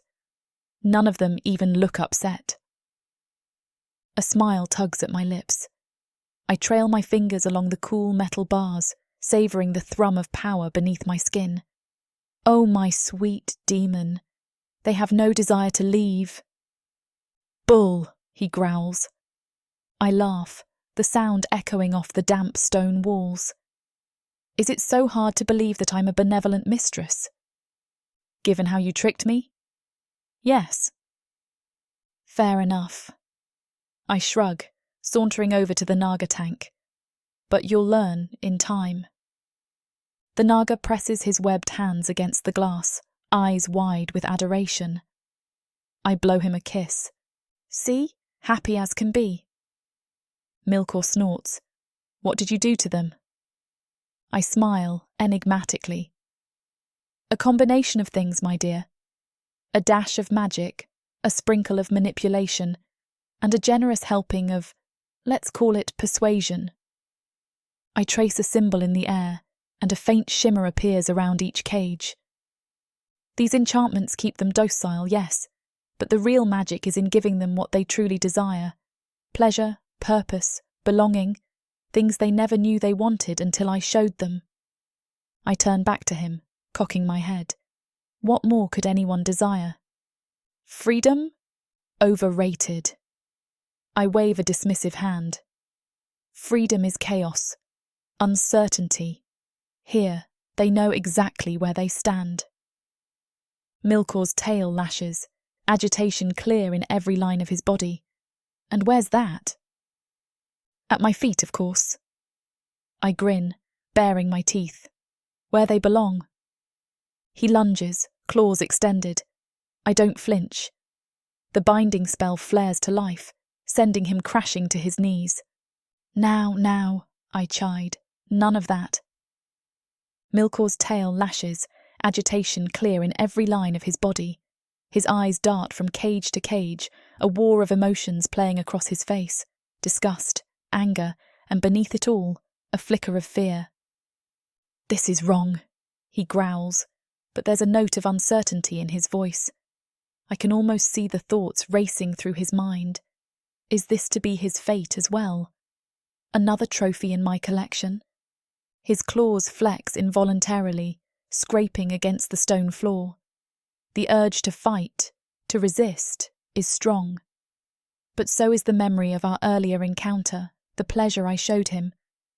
I can see the conflict in his eyes, the battle between his pride and the treacherous part of him that wonders what it would be like to submit.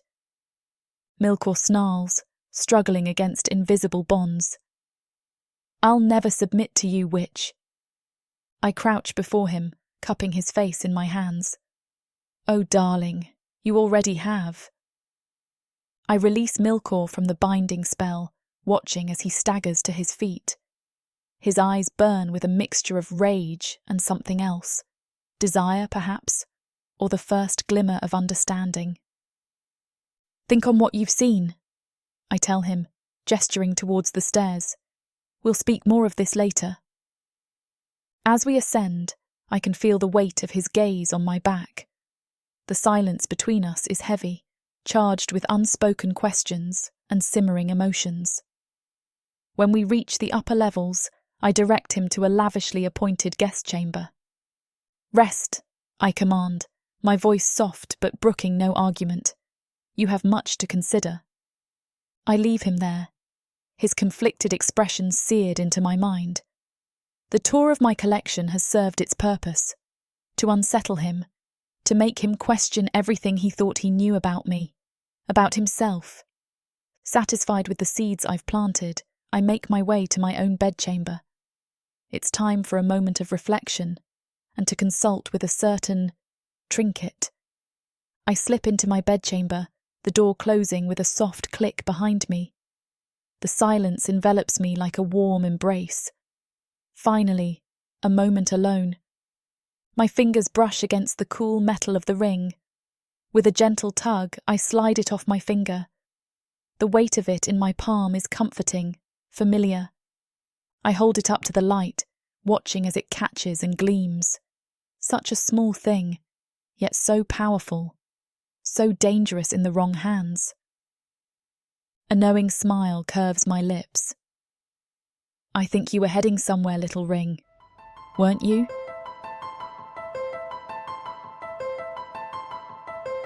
Chapter 24. The Ring. I think to myself how these hosts are very interesting. I haven't been this entertained in quite some time. Mitha, the mistress of death, seals me in an envelope and mails me closer to my destination. Ah, what a delightful little romp this is. Humans never cease to amaze me with their capacity for cruelty and debauchery. This Mitha, now she's a special one. A Perna masquerading as a human, playing games with mortals and immortals alike. Truly inspired. The darkness envelops me as Mitha seals the envelope. Her fingers linger for a moment, tracing my curves one last time. I can almost taste her reluctance to part with me, but she knows, as I do, that my journey isn't over yet. "Off you go, little ring," she whispers. "May you find even more interesting hosts on your travels." I feel myself being jostled, tossed into a sack with other parcels. The rhythmic sway tells me we're on the move. Ah, the open road again, or sky, or sea. It matters little to me. As I settle among mundane parcels and letters, I call upon the subtle magic within me to mask my presence. A clever disguise ensures those ignorant of my power sense nothing amiss. My thoughts drift back to Jarvel, that pathetic excuse for a thief. His greed makes him such an easy mark. I chuckle to myself, recalling how his ambitions flare and extinguish so easily in my grasp, a spark snuffed by his own greed. And Milore, the demon trapped in elf's clothing. Now there's an entertaining fellow. I wonder how he's faring as Mitha's newest pet. Ah, the contrast between them is stark. Jarvel represented the raw and greedy ambitions of mortals, while Milore embodied an unpredictable wildness that keeps the game fresh. I ponder what role he'll play upon my return. The carriage rattles on, each bump bringing me closer to my next adventure. What delicious chaos awaits me at my new destination? Will it be another power-hungry mortal, a creature of myth and legend, or perhaps something entirely new? Mitha's clever manipulations certainly set the bar high for my next host. What will fill the void she leaves behind? Her delightful blend of cruelty and cunning is a rare treat. I almost regret parting ways with such an entertaining Perna. Almost. The carriage jolts, reminding me of my current predicament. Trapped in darkness, surrounded by mundane parcels and letters. How dreadfully dull. Yet in this stillness lies a potential energy, waiting to be unleashed. Patience is a virtue I've cultivated over centuries. My next adventure awaits, and anticipation is half the fun.